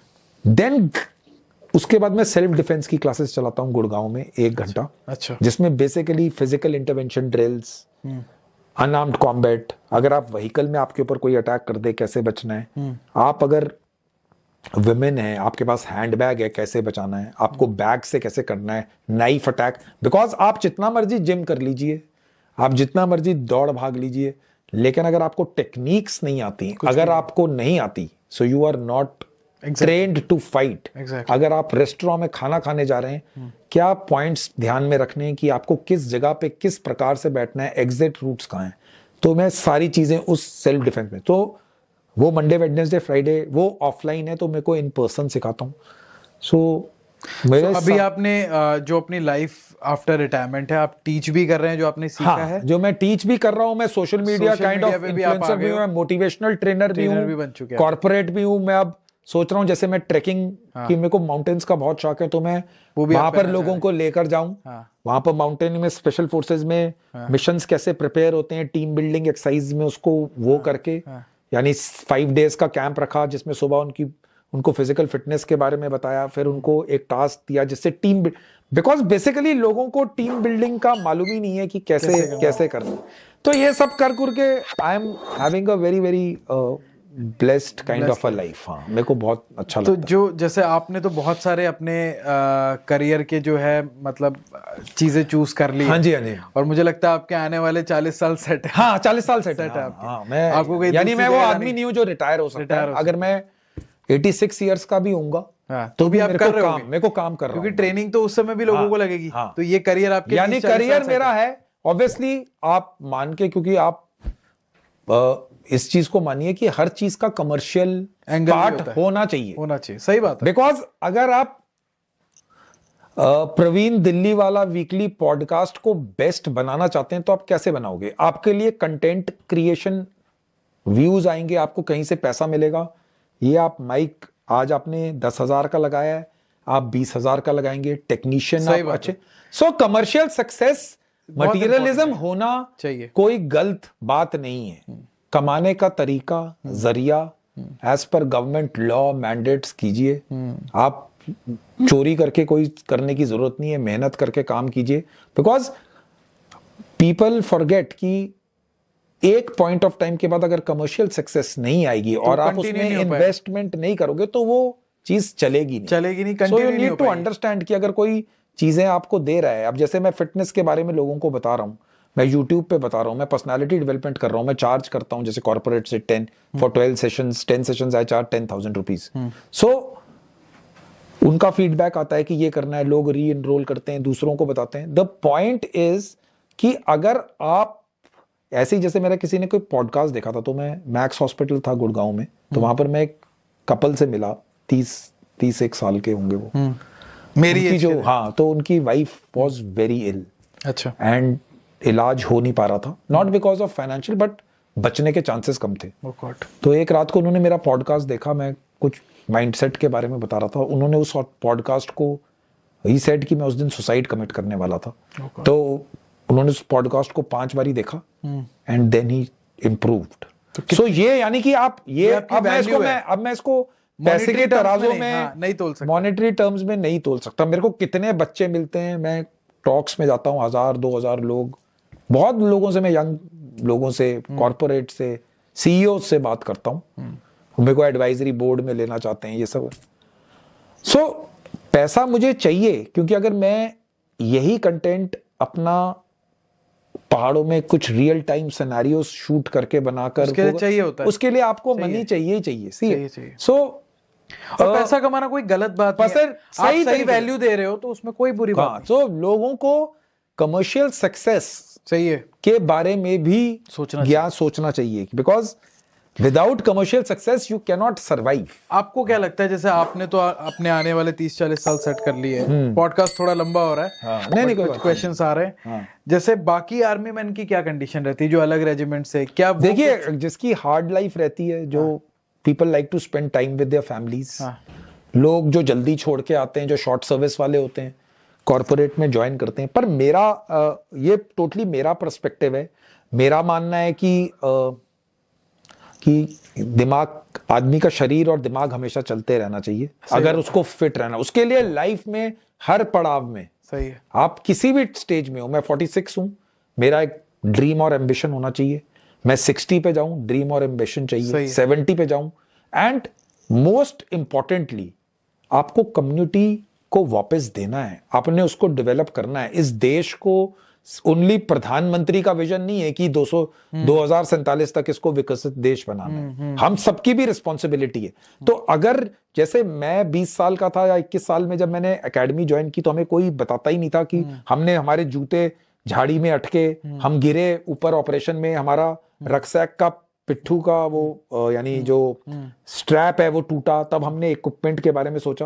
अब मैं वो सारी चीजें अपने चैनल पे बता रहा हूं कि भाई तुम इसको कर लो। अब सिखाने वाले बहुत सारे हो गए। हाँ, अब और सीखने वालों के पास माध्यम है। आप फाइनेंशियल मार्केटिंग बता रहे हो, आपके से 20 साल पहले किसी को मालूम ही नहीं होगा कि क्या चल रहा है। सही है। सोशल मीडिया का अगर हम सही दिशा में यूज करें, कम्युनिटी बिल्डिंग में यूज करें, अपने आने वाली जनरेशंस को, जो अभी वाली जनरेशन से अगर उनके माइंडसेट को एम्पावर करें, उनकी आदतें ठीक करें। मैं ये नहीं कहता कि आप पार्टी मत करो, घूमो, आपकी एज है, एंजॉय करो, लेकिन हमारी वाली जो लाइफ है उससे अगर हम इस वाली जनरेशन को आगे बढ़ा पा रहे हैं, नथिंग लाइक इट। सही बात, बहुत यानी कि देश को तो सारे मिलकर ही ग्रेट बनाएंगे। मतलब अगर हर बंदा अपने आप को ग्रेट बना ले तो देश अपने आप ही बन जाएगा। हाँ, ये सिंपल सा मतलब हर बंदा रादर देन गिविंग अप और क्रिटिसाइज करना कि मैं इस देश में नहीं था, मैं बाहर क्यों नहीं पैदा हुआ, या मतलब हर बंदा अपनी लाइफ अच्छी कर ले, अपने लिए गोल्स रखे, ड्रीम्स रखे। एब्सोल्युटली। और अपने बड़े ड्रीम्स रखो, बड़े ड्रीम्स रखो। आपको 5 करोड़ की घड़ी पहननी है, पहनो, कोई मनाई नहीं है, मेहनत करके कमाओ, आप पहनिए। सही बात है, सही बात है। Thank you so much sir, आप आए, मुझे बहुत अच्छा लगा और बहुत सारी चीजें मैंने खुद सीखी आपसे। मेरे ख्याल व्यूवर्स को भी वैल्यू मिली होगी। हाँ जी। और मैं बिल्कुल आपको वापस से बुलाना चाहूंगा, कभी आपसे मिलेंगे और बातें करेंगे। और पर्सनली बहुत अच्छा लगा आपसे बात। Thank you Praveen. मैं चाहता हूं कि आप इसी प्रकार, जिस प्रकार आप अपने चैनल से और पॉडकास्ट के थ्रू डाइवर्स लोगों को बुलाकर एक्सपीरियंसेस शेयर कर रहे हैं, आप बहुत तरक्की कीजिए। मुझे खुद बहुत सीखने को मिलता है आपसे। बहुत ज्यादा ऊपर जाएंगे लाइफ में, हमारी यही विशेष है आपके लिए। और आपका, मैं चाहता हूं कि आपका पॉडकास्ट वर्ल्ड का बेस्ट पॉडकास्ट बने। मैं बहुत पॉडकास्ट में जाता हूं, सबको मैं यही बोलता हूं कि आप और मेहनत करो, अच्छा कंटेंट लाओ, don't worry about the views and all, but bring genuine content, ताकि लोगों को पता लगे कि कैसे life. Thanks a lot for inviting. Thank you sir, thank you, बहुत बहुत धन्यवाद। थैंक्स।